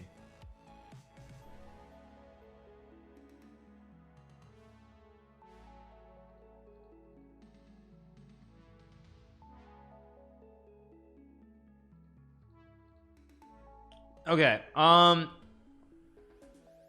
Okay, I think this game between Fabiano and Maxime is probably the best game. How was that one? It was great. Why am I not playing? Because I'm a streamer first, you guys, and I just don't have time for this. Thanks Suzanne L for the gifted sub. Appreciate it. Thanks for Suzanne L. Yeah. Also, I would add something else separately. Like, I'm a streamer first, you guys, and when I play tournaments, there's a lot of work and production that goes into having broadcasts on my stream. And in these days, unlike during the pandemic days specifically, everybody is out enjoying their lives, and it's becoming harder and harder to find people to do commentary online for these events in the post-pandemic world. Like, you also see, like, St. Louis, for example, you have Yasser doing it with Nazi Paikidze, someone who's never done commentary before. So everyone's dealing with this fact that nowadays in the post-pandemic world, people want to get back to the lives they had before. They want to be outside doing these sorts of things. So it's becoming harder and harder to find people to do broadcasts as well. So anyway, Is this really bad? This is either great or terrible for Maxime. Thanks Suzanne L for the gifted sub, appreciate it. So Hammer also, by the way, I'll give you an example. Hammer's doing commentary on Norway TV for the Norway chess event, and for a lot of events that Magus plays in, he does it there. So it's not so easy, not so easy. Anyway, all right, waiting for some moves here. Let's see what happens in this, what Maxime does. I assume he'll play knight f4.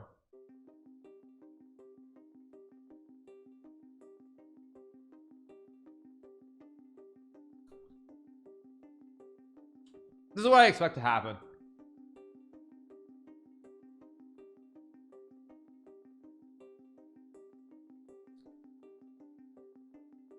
Will we ever see Levy and Anna commentating again like the good old days? Very unlikely. Maybe one time in the near future if there's a big event, but pretty unlikely. This is that Alpha the good sub. I mean, at this point, Levy of course does YouTube more than streaming. Additionally, Anna, I mean, has kind of, I mean, she streams here or there, but she's not really streaming much anymore. So yeah, it's a different world we live in today, unfortunately. So that's just how it goes. All right, waiting for some moves here. Let's see what will Maxime play knight f4? Will he come with something else? Okay, we got knight d2 played by Nepo to go king f2 here. Oh, let's see.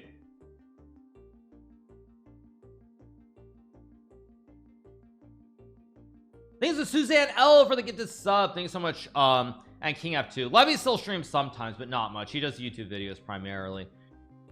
Yeah, the world has just changed since the pandemic ended. Thanks so much Suzanne L for the gift sub.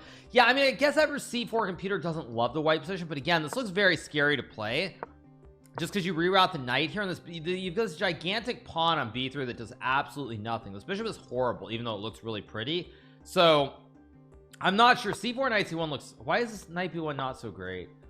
I mean, I'd still be very scared. Maybe you have knight c8 to play like knight c3 and then at some point b5 b4 somewhere, but again, we'll see. We'll see if we get c4. It's a very committal move here.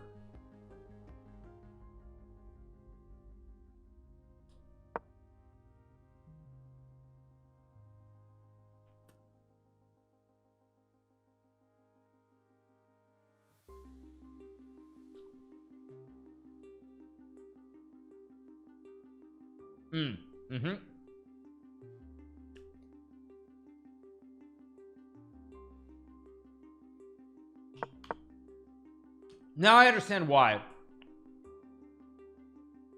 Now I get it, because if you put the knight on c3 and you have bishop f3, black doesn't have time to move the knight and push the pawn, but the knight on d2 isn't doing anything. Now I understand why this is good. The reason is because now your knight on d2 does nothing. Like, you have no jumps to e4 or c4, so knight's just on a bad square. If you go to f3 and I play knight c8, where is this knight going? It's just not going anywhere. So Nepo just put his knight on the wrong square ultimately, whereas he can still try to reroute it, but now black is so fast getting b5 b4, whereas before you can't do it. Yeah, basically he's gonna try to do it now, but it's too slow, whereas before, if you put the knight here and c4 bishop f3 happens, suddenly the pawn is very weak on d5. Well, that's the bottom line. So that's why it's all completely different. That's why it's completely different, for that exact reason. I went to Levy's stream for 2 seconds and had to leave because he's already complaining. I mean, Levy is a very unusual character. He definitely has a certain personality and persona that he has online when he's streaming, but in person he's much different. So he definitely has like it's just what it is. So anyway, back to the game. Knight b1 is played. There's knight c8, knight c3, and b5 b4 can be played here. So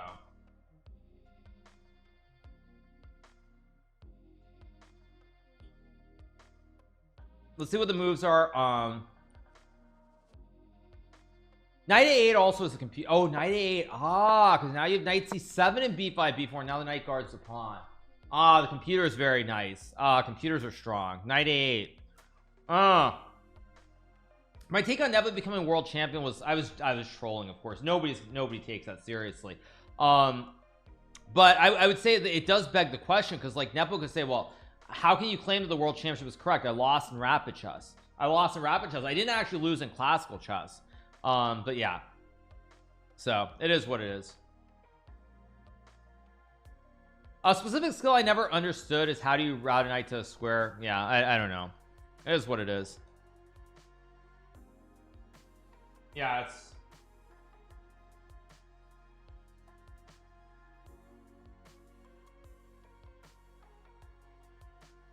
Let's see what we got.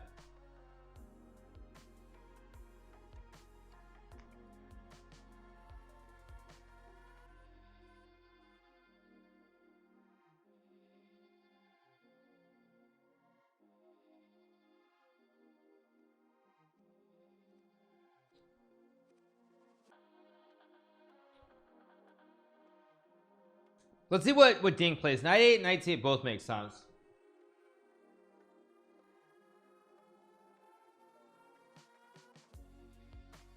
My favorite part about streaming, I'll tell you guys, I've said it before, I'll say it again, it's you guys, the fans. That's the only thing that keeps me in streaming. Like, yes, I mean, I'm not gonna say that, like, financially it's not great, but it's all about the fans at this point. It's about the fans. I mean, that's the truth. It's all about the fans. But as I said, it's also but speaking of, since we're on this topic, it's not even specifically about Levy, but like, you know, again, like people are saying like acts and all this other stuff that people do, like that's kind of the thing that's like really, that's the thing that gets really complicated, honestly, is I think so like when people see me in person, they see me at like a sporting event, they don't actually realize that like when I talk about Costco or talk about driving a Honda or all these like very like normie type of things, I think a lot of people just assume that I'm like acting and making it up versus like what is simply reality. So you know, just on that same topic, it's just interesting to note. It's interesting to note. So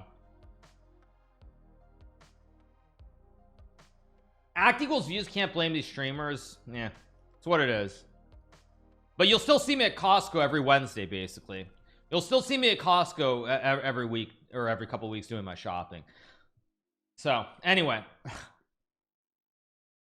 so even us, the Boston fans, yeah, I mean, yeah, I mean, even when I went to the Celtics game when they played the Nets and blew that 25-point lead, like I still got recognized by like at least like 10 people. It's ridiculous. It was just completely insane.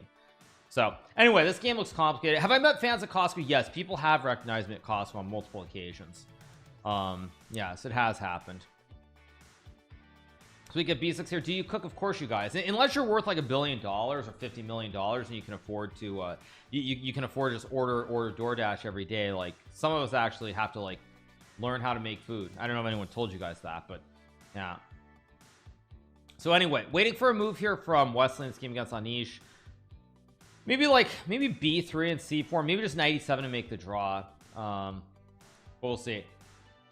Aren't Hondas basically Bugattis? Yeah, exactly. Anyway, all right, what else do we have? Okay, waiting. Gukesh played H5 this game. I guess his idea is he wants to create the lolly checkmate with Queen D4 and like Queen G7. If you can get the Jean-Baptiste lolly checkmate, that's the idea behind H5.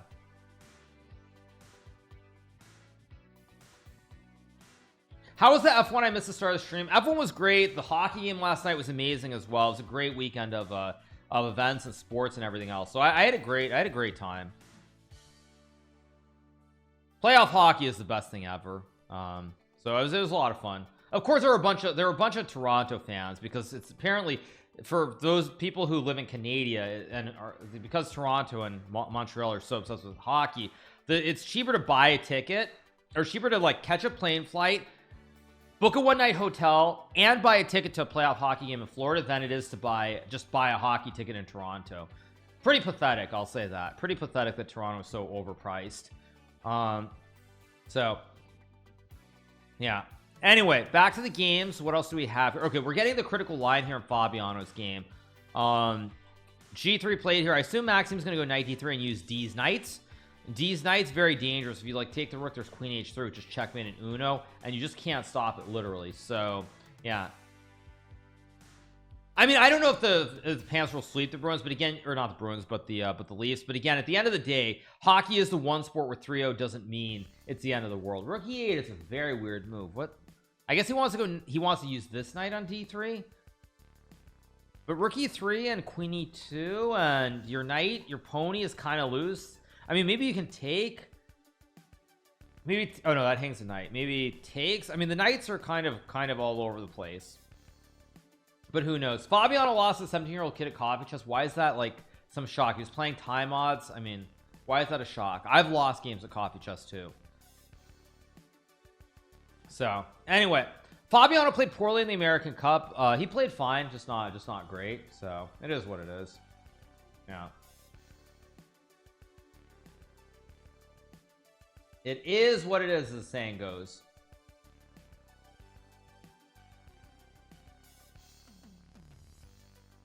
Okay, waiting for a move from Fabiano. I assume you just have to take, but what is the move? I mean, this looks... Maybe it's like Queen B3. I mean, this is all very loose. It's gonna be move by move. Did Ding play knight a8? I wouldn't be shocked if he did. Once, if you see the concept of like b5 and knight c7 to guard with b4. Can I give you guys a hot take? Not to jinx anybody, but I'm gonna give you guys a semi-hot take. I think it's not insane to think that Ding could win this game. I think it's not insane to think that Ding could win this. I think Ding could win this game. I do think he could win this game. Knight a8, if you see the concept of b5, b4, and you understand the knight on c7 does more, it's not impossible to play. I mean, I think there's a legitimate chance that Nepo loses the thread completely and loses this game at this point. Yeah, I do think so. I'm not a top G, I'm a top H. That's what I am. Anyway, yeah, so knight 8, knight 7 with b5, b4 probably going to be played. Yeah, I'm actually kind of worried about this position for Nepo. I am a little bit worried because it's too easy to play for Ding. Ding has one idea, which is push P. Just push P with b5, b4, and also either that or put the knight on c7 to guard the pawn and then push P. That's the only idea in this position for Ding. Whereas Nepo has to decide, do I play e4? Do I go knight c3? Do I go knight d2? Do I go bishop f3? Do I go king f2? Do I castle? Nepo has too many possibilities. Ding just has one plan: b5, b4 with knight c7. That's literally all he does in this position. So yeah, I'm actually kind of worried for Nepo here a little bit, because if he's ever able to get, like, just as an example, some b4 and takes, suddenly D's bishops are really powerful, and you can even go knight c7, like just one example, something like knight c7, knight b5, and then even a3 here. And I think it's getting kind of scary. It's getting scary here. They didn't ban castling, just neither player has castled so far. But it's getting scary. So let's see.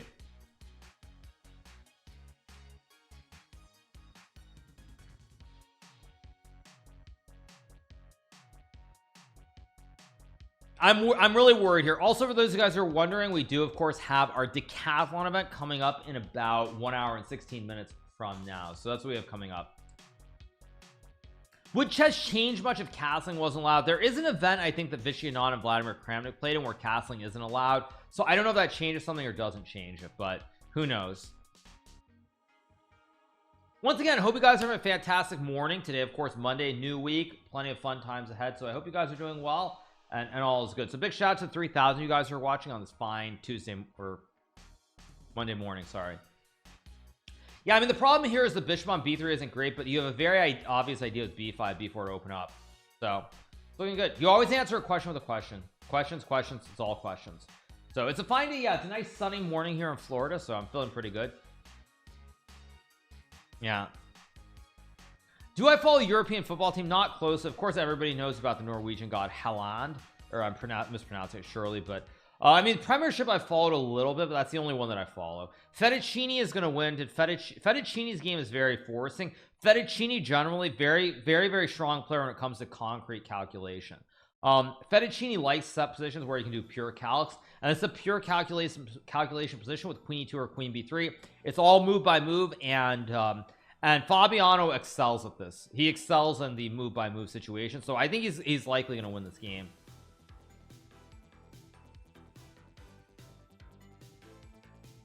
So I think that I like this position for Fettuccini.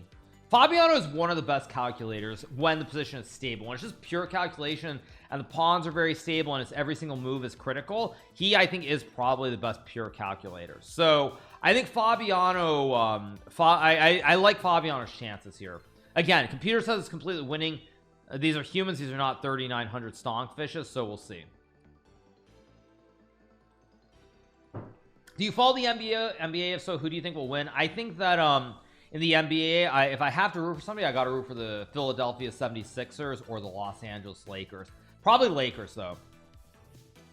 Yeah, I got to root for the Lakers. I mean, I'd root for the Knicks, but the Knicks don't have a chance. I mean, let's be real. As great as the season has been, like, the Knicks don't have a chance to win at all. The worst two cities, yes. I mean, of course everyone's rooting for the Lakers. You got to root for LeBron. I mean, how can you not root for LeBron, Aronian? So anyway, rookie 3, knight b2, queen b3. Besides, it's LA. At the end of the day, LA is LA. You got to root for LA. FIDE is pathetic. Okay, that's a great statement. Thank you for just saying that. I don't know what that means, but I don't particularly care. Have I considered changing my streaming location or something in your room? Not really. I'm pretty happy with everything I have.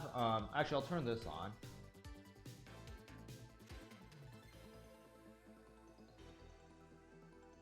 I'll turn on the light behind me. So that is one new recent addition to my to everything behind me. So okay, probably rookie 3 here. That is way better. What is way better? No, the light's on. Well, I turned it on specifically just because like I haven't spoken about it much on stream, but I have this like this nice little kind of like, I'll get out of the camera so it'll show. Come on, zoom in. So it's like it's woven. This is woven together with like a little light inside, and basically this was woven together by my grandmother. So so basically it was one of the mementos because it was woven together by my grandmother who recently passed on. So it's just a recent addition that I have to my room. Anyway, all right, so let's see. So we have knight e3, probably rookie 3 here.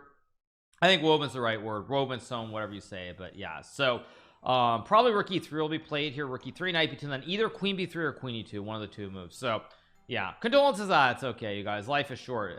You know, life is short. That's how it goes. So anyway, but yeah, that is a recent addition that I have to my shelf behind me. So all right, waiting for a move here. We're not watching MasterChef today. Today we won't. Watch it on Wednesday. We'll get back to season 2 on Wednesday. Anyway, waiting for a move from Fettuccini. All the other games. What do we have here? This game is looking very, very good for Dude. I think the Dude is going to win here. This bishop on b7 terrible behind the pawn walls. Pawns in the center very good. I think Dude is going to win this game. So looking pretty good.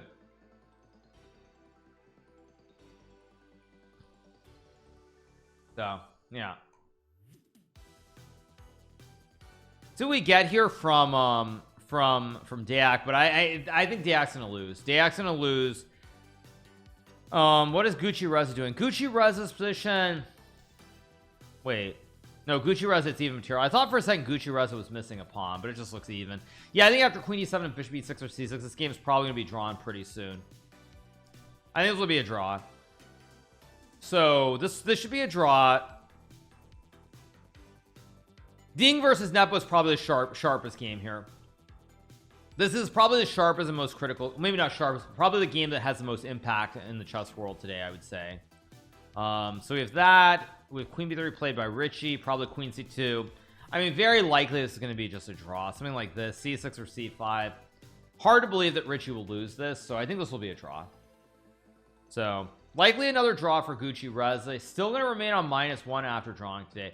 I respect Yasser enormously, but this year the GCD broadcast is much worse than normal due to the unexpected first-time commentators. Well, Tumki, I actually spoke about this. I spoke not about GCT specifically, but I was saying that in this day and age, like during the pandemic, it was a very like golden era. It was a golden age. Everyone was at home. There was a lot of commentary, a lot of stuff. Nowadays, there are many tournaments going on. So many people want to play tournaments, but even beyond that, there are many people who just want to live their lives separate of chess completely. And so because of that, what we're seeing is like the amount of people who could do commentary, it's a lot less than it ever was in the past. So I think as far as St. Louis goes in their broadcasts, they're struggling to find commentators, just like everyone's struggling to find commentators. Daniel wants to play me again. I don't want to hear that. As I said earlier, Daniel was using the Russian. I challenged him and he said he didn't want to play me after like 8 hours of stream or something. Now he wants to play. Like, I mean, come on, like give me a break. Like, this is ridiculous. It's child's play. So just complete nonsense. And that's just how it goes. So anyway, you guys, back to the game. Gucci Rez will play queens 2 and we'll get a draw. Yeah. Maurice retired. Oh, that's true. Maurice also kind of retired from doing commentary with the St. Louis and Chess Club, right? How's that his fault when he takes a restroom? No, I'm saying like 2 hours ago, Daniel went to the restroom, took a break. I sent a challenge and they came back on a stream and said he didn't want to play me, basically. And now it's like 2 hours later and he wants to play me, and it's like, come on, dude. Like, come on. Yeah, Queen C2 played here. So what I'm saying is Daniel took a break, came back, saw my challenge. He's like, I don't want to play, but now he wants to play. Like, come on. Like, come on. Okay, this game will be a draw pretty soon. This game, I think bishop d7 and c6, and I mean, I don't think either players, maybe even a5 is a move here, but a5 might allow c5, so maybe you don't want to go a5, but this should be a draw. So, yep. Have I ever been as addicted to Blitz as Daniel was? I mean, I played much more Blitz than Daniel when I was younger. Yeah, I played Blitz all day. I played like 7-8 hours every single day when I was like maybe 13, 14, 15, but times change. Okay, bishop e7, g3 played. At some point, bishop d7 probably played, or g5 very... maybe he just wants to take like this. Maybe he just wants to do this, because like even this endgame, even with the pawn split like this also is just an easy draw because all the pawns are on the opposite color, so the white priest can't touch any of the pawns here, and it's just GG. It'll be a draw very soon. Yeah, it'll be very much a draw soon. I think we're gonna get this, and yeah, the priest can't touch anything here because all the pawns are on the dark squares. It'll be an easy draw. So yeah, this is gonna be a draw pretty soon. I mean, Alireza can trade the bishops. He can try to play bishop d2 and play on, but I mean, realistically, this is going to be a draw. And it's just going to be a draw. That's just how it goes. I assume Alireza is just going to trade the bishop and be like, okay, enough for the day, and I'll come back later. That's my assumption, but who knows? Could be different. Could be different. Oh, let's see. Is it me, or is there more sound coming from one side of the headphone or the other? Probably it's on you. Yeah, so I mean, I assume we'll get something like b4, king f8, c5. At some point, these guys are going to blitz out the next like 10 moves and make a draw. This is not going to be a long game. So this will be a draw. Let's move along. Of course, Fettuccine's game, rookie 3 knight b2 played. As I said, I think Fettuccine is the best pure calculator in the game of chess. So if he finds queen b3, I think he's going to win this game. I'd rather see you play than watch you watch a game, to be honest. Yeah, but we have the world championship match going on between Jan Nepomniachtchi and of course Ding Liren. So next week I will be on a little bit of a vacation. I'll be streaming a little bit next week, but I'm going on a vacation before Norway, which is why, as you guys have noticed, I've been streaming a lot. Like I've been streaming like 8-9 hours every single day, because I'm taking a short vacation soon. Magnus said Alireza's best calculator. I mean, I think Fabiano's peak, if a position is stable, his calculation is insanely good. Insanely good. Wouldn't it be fair to count online chess for ELO? I don't really like the idea personally. I think there are too many random things. So streamer of the year, I'm going to one of the big cities, one of the biggest cities in the United States of America, a place I hold very near and dear to my heart. So I'll be there for a few days, and I'm going to go to Norway in preparation for the Chess Champions Tour. I probably will stream a little bit from Norway, but we'll see. Nepo's in a deep think here. I think Nepo realizes that he's in trouble. I think Nepo realizes that he's in trouble in this position, which is why Nepo is not moving quickly. Did I see the Hess twit longer? I'm going to cover that, not today, but I will cover that at some point. Yeah. I heard Fettuccine Carbonara is a podcast for a chess player second. I mean, Fabiano is a professional player first, but he is an aspiring podcaster. He and Christian are trying to do commentary, podcast analysis, so it's good stuff, and I hope they're successful. But yeah, the fact that Nepo's thinking for a long time here tells me that he realizes there's some problems in the position. Norway chess is classical chess. It is, but if you draw before a certain amount of time or moves or something, you have to play Armageddon. So you do. Yeah, there's Armageddon, but I forget why it is. So anyway, all right, let's see what we get here from Nepo. He's still thinking here. From 26 degrees in Florida to 8 degrees in Norway. Well, in Stavanger, let me see what the weather's like in Stavanger. The weather is, I'll change it to Celsius because you said it in Celsius. It's like 16 degrees Fahrenheit in Stavanger. So it's actually quite warm. It's not bad at all. Yeah, it's like 16 degrees Celsius, which is like 16 Fahrenheit for Americans. Yeah, I mean, it's completely fine. Yeah. Yeah, I mean, you guys are acting like it's gonna be super cold. It's in Stavanger. It's not in Oslo. So you might be confused. Now, I don't like bishop e6 here. I think after g4 here, you've got this permanent weakness here, and I'm starting to become a little bit scared for Anish, actually. It's starting to feel a little bit dangerous because this pawn is just glued. You have this big weakness. If you take, my pawns start pushing. So this is looking kind of scary suddenly out of nowhere for Anish, since he wasn't able to play g4. If he had gotten in g4, I think he would have been fine, but he didn't get in g4, and now Now I'm kind of concerned. Now I'm actually a little bit concerned if Wesley plays g4 here. Actually really concerned. So the world championship should be Megadon. Yes, exactly, of course that's what it should be. So anyway, yeah.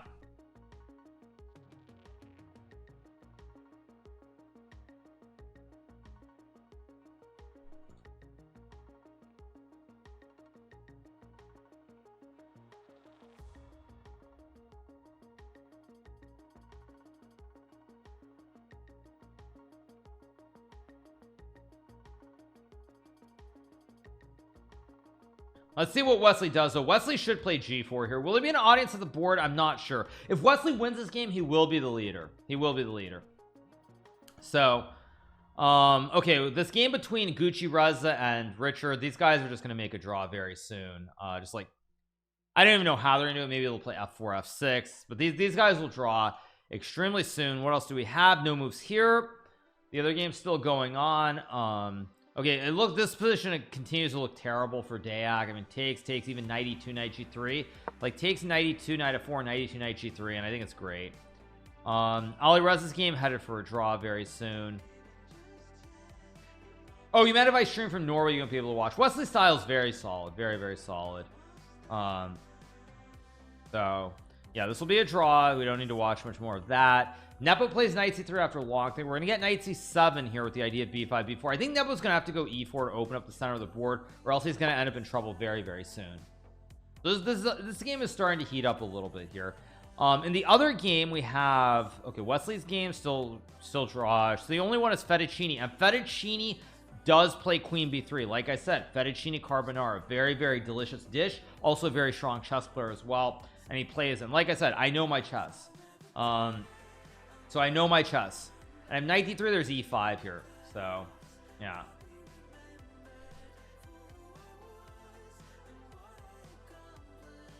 So yeah.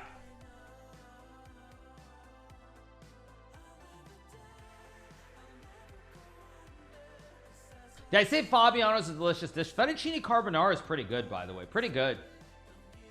I mean, carbonara is always generally very good. So let's see. Let's see what we get here from Maxime. Can Fabiano cook? I don't know, actually. I have no idea. No idea if he can cook or not. Fabuana. It's Fabiano.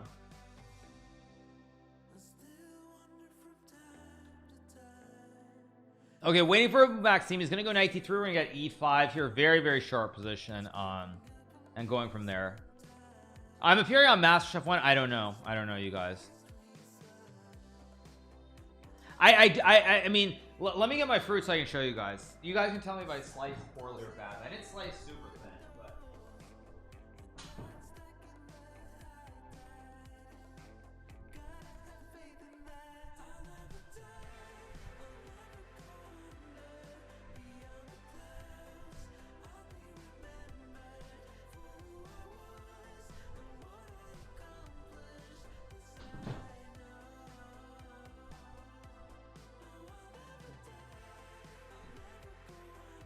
yeah, I mean, like, I have my apples here, my apples and my pears. I guess I should get out of the cam.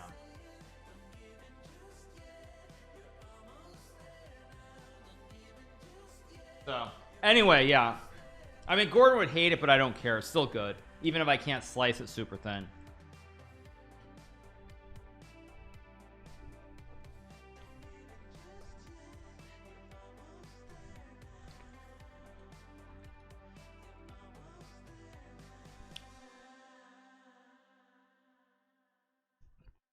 Eat them apples, yeah. They're good though.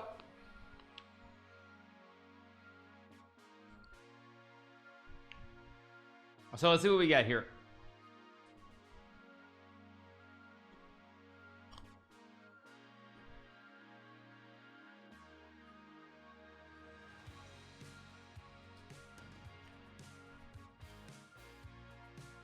Here's your apron now.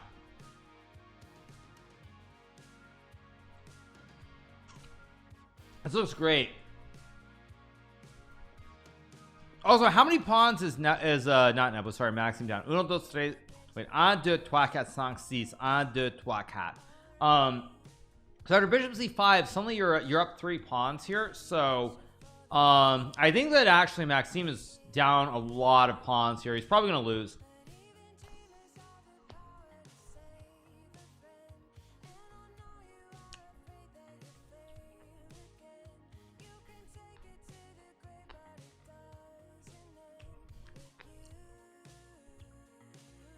I think Fabiano is going to win if he takes the pawn, but he has to take the pawn first. The other game is probably, yeah, okay. Alireza and Richard drew their game, so only 4 games left. We'll cover these for a little bit more. Okay, knight c7 played by Ding. Idea to go b5 b4.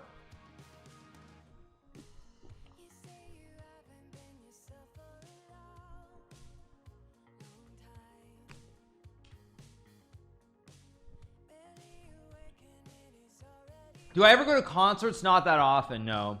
I mean, I mean, someone just said it, but I think it's too concerts. I don't know. The experience is I don't know.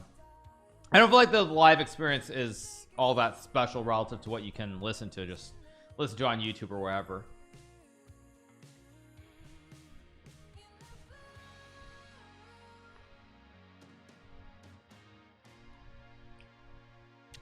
Either bishop after king f2 should be played here, I think. I don't know which one will be played, but one of the two should be played here.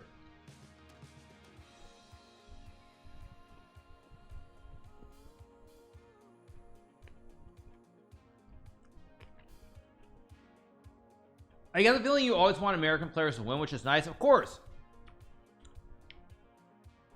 I'm all about America. It's all about K-Kona. Of course, you really think that I'd root for a Frenchie against an American? Come on.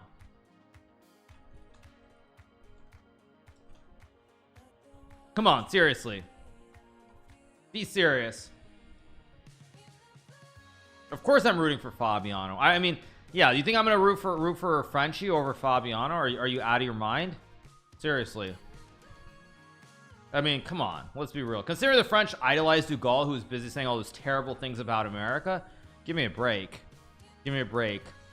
So ungrateful, talking about America as this built-in advantage, systemic, blah blah blah, blah blah blah, reserve currency, blah blah blah. And meanwhile, the French idolize de Gaulle like he's the greatest person who ever existed. So anyway, back to the chess here. Let's see what we get. If Fabiano plays bishop takes c5, I think Fabiano will win the game, which is of course very good for the American players. I don't know what else he can play. I mean, maybe e5 is the other move. Either bishop c5 or e5. So yeah, those are the two options here that I see.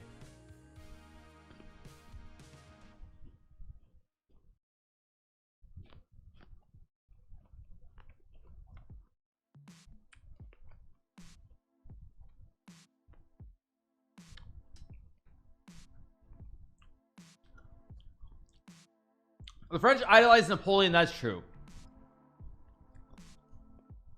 That's true. But anyway, okay, Fabiano's still thinking here. What else do we have? Day axiom is just getting worse and worse, by the way, just to be clear. It's just getting worse and worse. There's knight e2, knight g3. If black can't challenge the center here, you're in real trouble. Like, basically what's going to happen is the dude is going to rotate the pony to like f4 and h5, or even like g3 and h5, f5. I mean, this is all very, very gross. This is really, really gross here for Diak. I think Diak's just going to get clean smoked in this game. He's just getting clocked. There's no breaks. Like e6, d6 is back. So when you take, I have check winning the rook here. So if you can't challenge the center with e6, even this, I mean, now the knight has another hoppy hop square with d4, and I think Diak's on his way to losing. I think Diak's going to lose this game to Duda. Big win for Duda after yesterday's disaster against Rapport. Nepo found king f2. Okay, that again, not shocking, but it's a little bit late now after b5 b4. A little bit late. Yeah, a little bit late here. b5 was played, right? Yep. e4 played by Nepo, or not played? Wait. Yeah, e4 was played. Okay. Don't forget that America is a nation of immigrants from Europe, including France. Of course, I'm trolling, obviously, to some degree, but I mean, I think there, you know, there are certain little things you got to be proud of where you're from. Also, what Macron decided to say about China very recently was not exactly very wise either. So let's see what we get here. Okay, Ding probably will play b4 or d takes e4, who knows. But anyway, okay, what do we have? A few other games. 93 still going on. Trolling the mind of a GM, this is dangerous. Nah, it's all good. Okay, so Wesley played 97. I guess what Wesley wants, he wants to fix the juicer like this. He wants to fix the pawn, but I think here after g4 at some point black's gonna be able to like trade and play f6. I mean, white is still better here, but can you actually win this game? I don't know. I was surprised just being in politics. I mean I'm joking, but it's all good.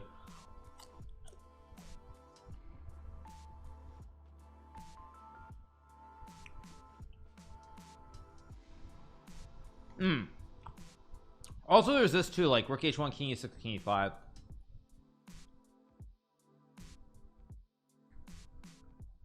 Wesley will play g4, like 95% sure. If Wesley doesn't play g4, this will be a draw very soon. He does play g4. Yep.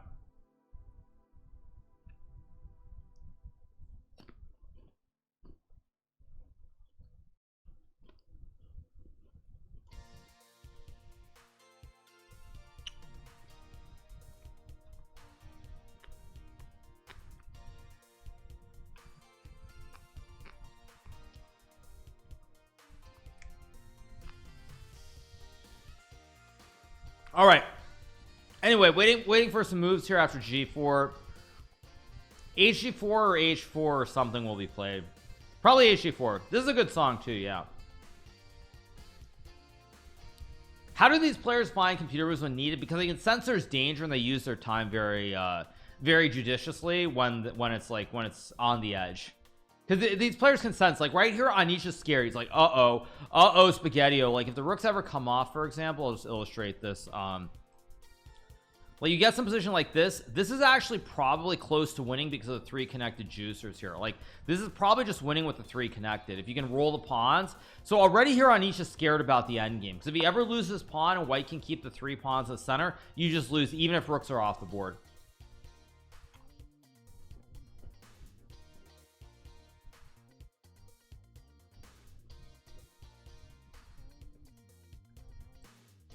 Last time I played Anish Giri.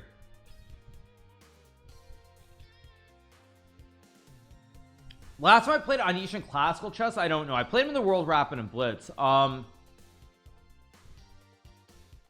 time I played Anish was probably in the Sinkfield Cup in September of 2019, if I had to guess. I seriously, I think the last time I played Anish classical would have been the same time I played Magnus. That would have been the Sinkfield Cup in 2019. Yeah, it would have been Sinkfield Cup 2019. I think Anish played. I mean, I'd be shocked if he didn't, but let me check. Yeah, it was August 15th to 29th, but yes, Anish played there. So the last time that I played Anish was at the Sinkfield Cup in 2019 in classical chess. This last time I played several people. When I look at the players on that list, I'll just pull this up so you, or I don't need to pull it up, but when I played there, that's the last time that I played that's the last time that I played Levon since then. I have not played Maxime, so I haven't played Maxime in classical chess since then either. Wesley I played in the Grand Prix, of course. So I haven't played Maxime. I haven't played Anish. Fabiano, I feel like I should have played Fabiano somewhere in classical, but I don't think I played. Oh no, I played Fabiano in the candidates. Okay, so Shakriar, last time I played him was September 2019. Jan, same thing, September 2019. Vichy 2019, Sergey 2019, Magnus 2019, and Ding Laurent 2019. Or sorry, I played Ding in the candidates. But yeah, so that's what I did. Check the Tarjay story on where? On Twitter. Is he making some big deal about Magnus's winnings? I hope not, but let me pull it up. I hope it's not about I hope it's not about like poker winnings or something. Which story? I don't know what you mean. Do you mean on Chess 24, the recent story? 2 minutes ago? Okay. Okay. Yeah, I don't know. Anyway. All right. Waiting for a move here. No, by the way, you guys, when you're asking, when you guys are asking about this, like, I'm talking about classical chess, not rapid and blitz. I played most of the players in rapid and blitz. Am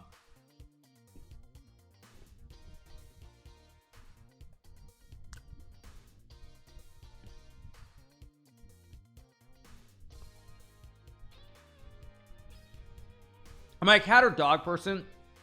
Dogs all the way. Did I meet celebrities? No, but many people met me, and I am a celebrity, so there is that. So, okay, we got G4 played. Probably about like 10-ish people recognized me and asked for pictures there. So it's kind of wild. Let's see what we get. Yeah.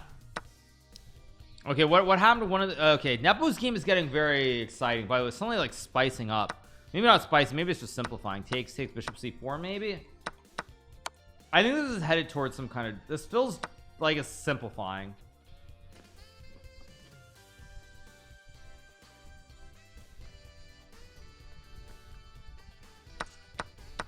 Maybe there's takes and castles. That'd be kind of funny.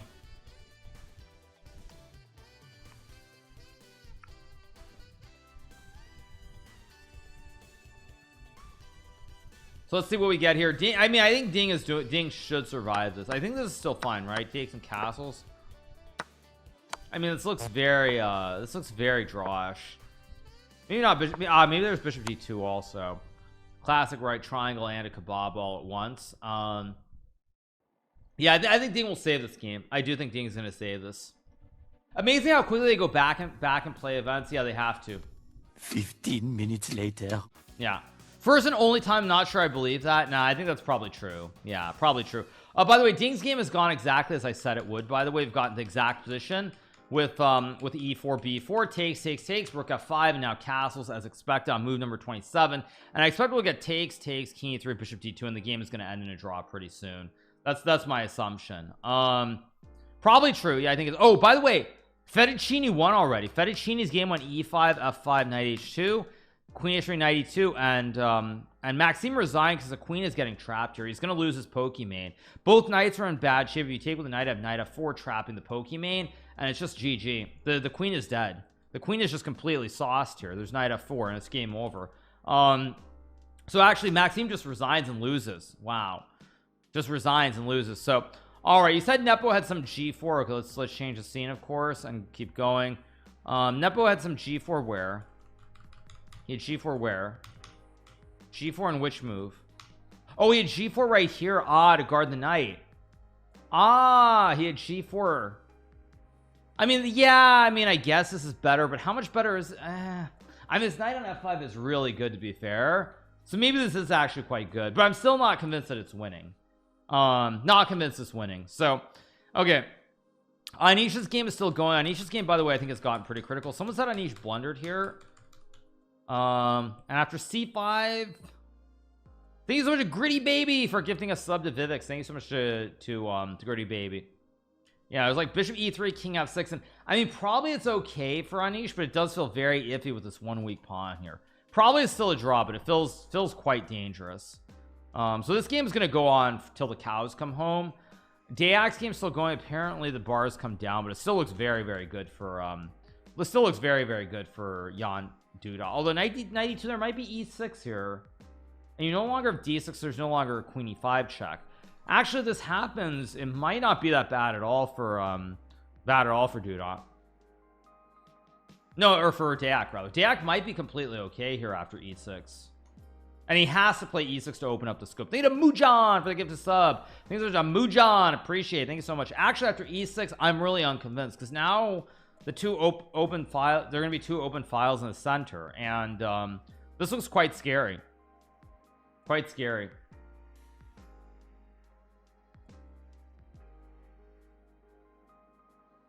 So,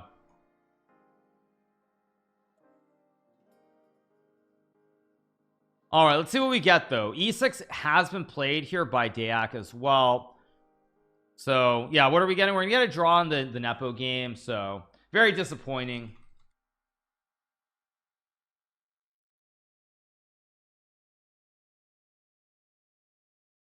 Yeah, very disappointing that this game is going to be a draw, actually. Not gonna lie, because I was really hoping for an exciting, aggressive game, and it's just not looking very exciting.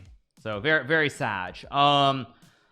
Wesley's game, he's a little bit better, still gonna go on for a while, likely gonna be a draw. Dayak's game is probably the most exciting game. We've already had one decisive game today, so pretty good win for Fettuccini. Fettuccini is now safely back in the top 10 as well with this win today. So, or wait, he's losing points? No, he must be gaining. Oh, they haven't updated the ratings. Never mind. So that's why. Yeah, that's the reason. So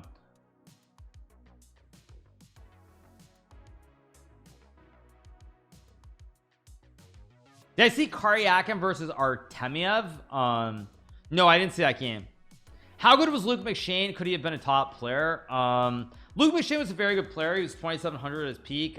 He could have gone a little bit higher rated than that, but I don't think so. He lost via to Dayak yesterday. No, he drew Ding, but it's not 2,700 chess that just didn't update for whatever reason. So yeah, it just didn't update. That's the bottom line.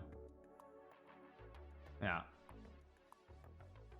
So all right, in the meantime, let's see what else do we have. Yeah, the other games are just not very exciting. So I think I'll take one more quick break, maybe, or maybe I shouldn't take the break now, but I think I'll take one more quick break, go heat up some water as we get ready for the decathlon, which will be starting fairly soon. Do I know the Belgian player Daniel Darty? Yeah, I played him in Title 2. He's a talented player. I don't know what his rating's at these days, but I am aware of him. Yeah, I'm gonna go get some coffee because I didn't get my coffee on my last break. So I'm gonna get coffee, use the restroom. Decathlon's about 25 minutes away, so maybe, you know, let's play some Blitz actually if anybody's online. Let's play some Blitz. Let me change the scene.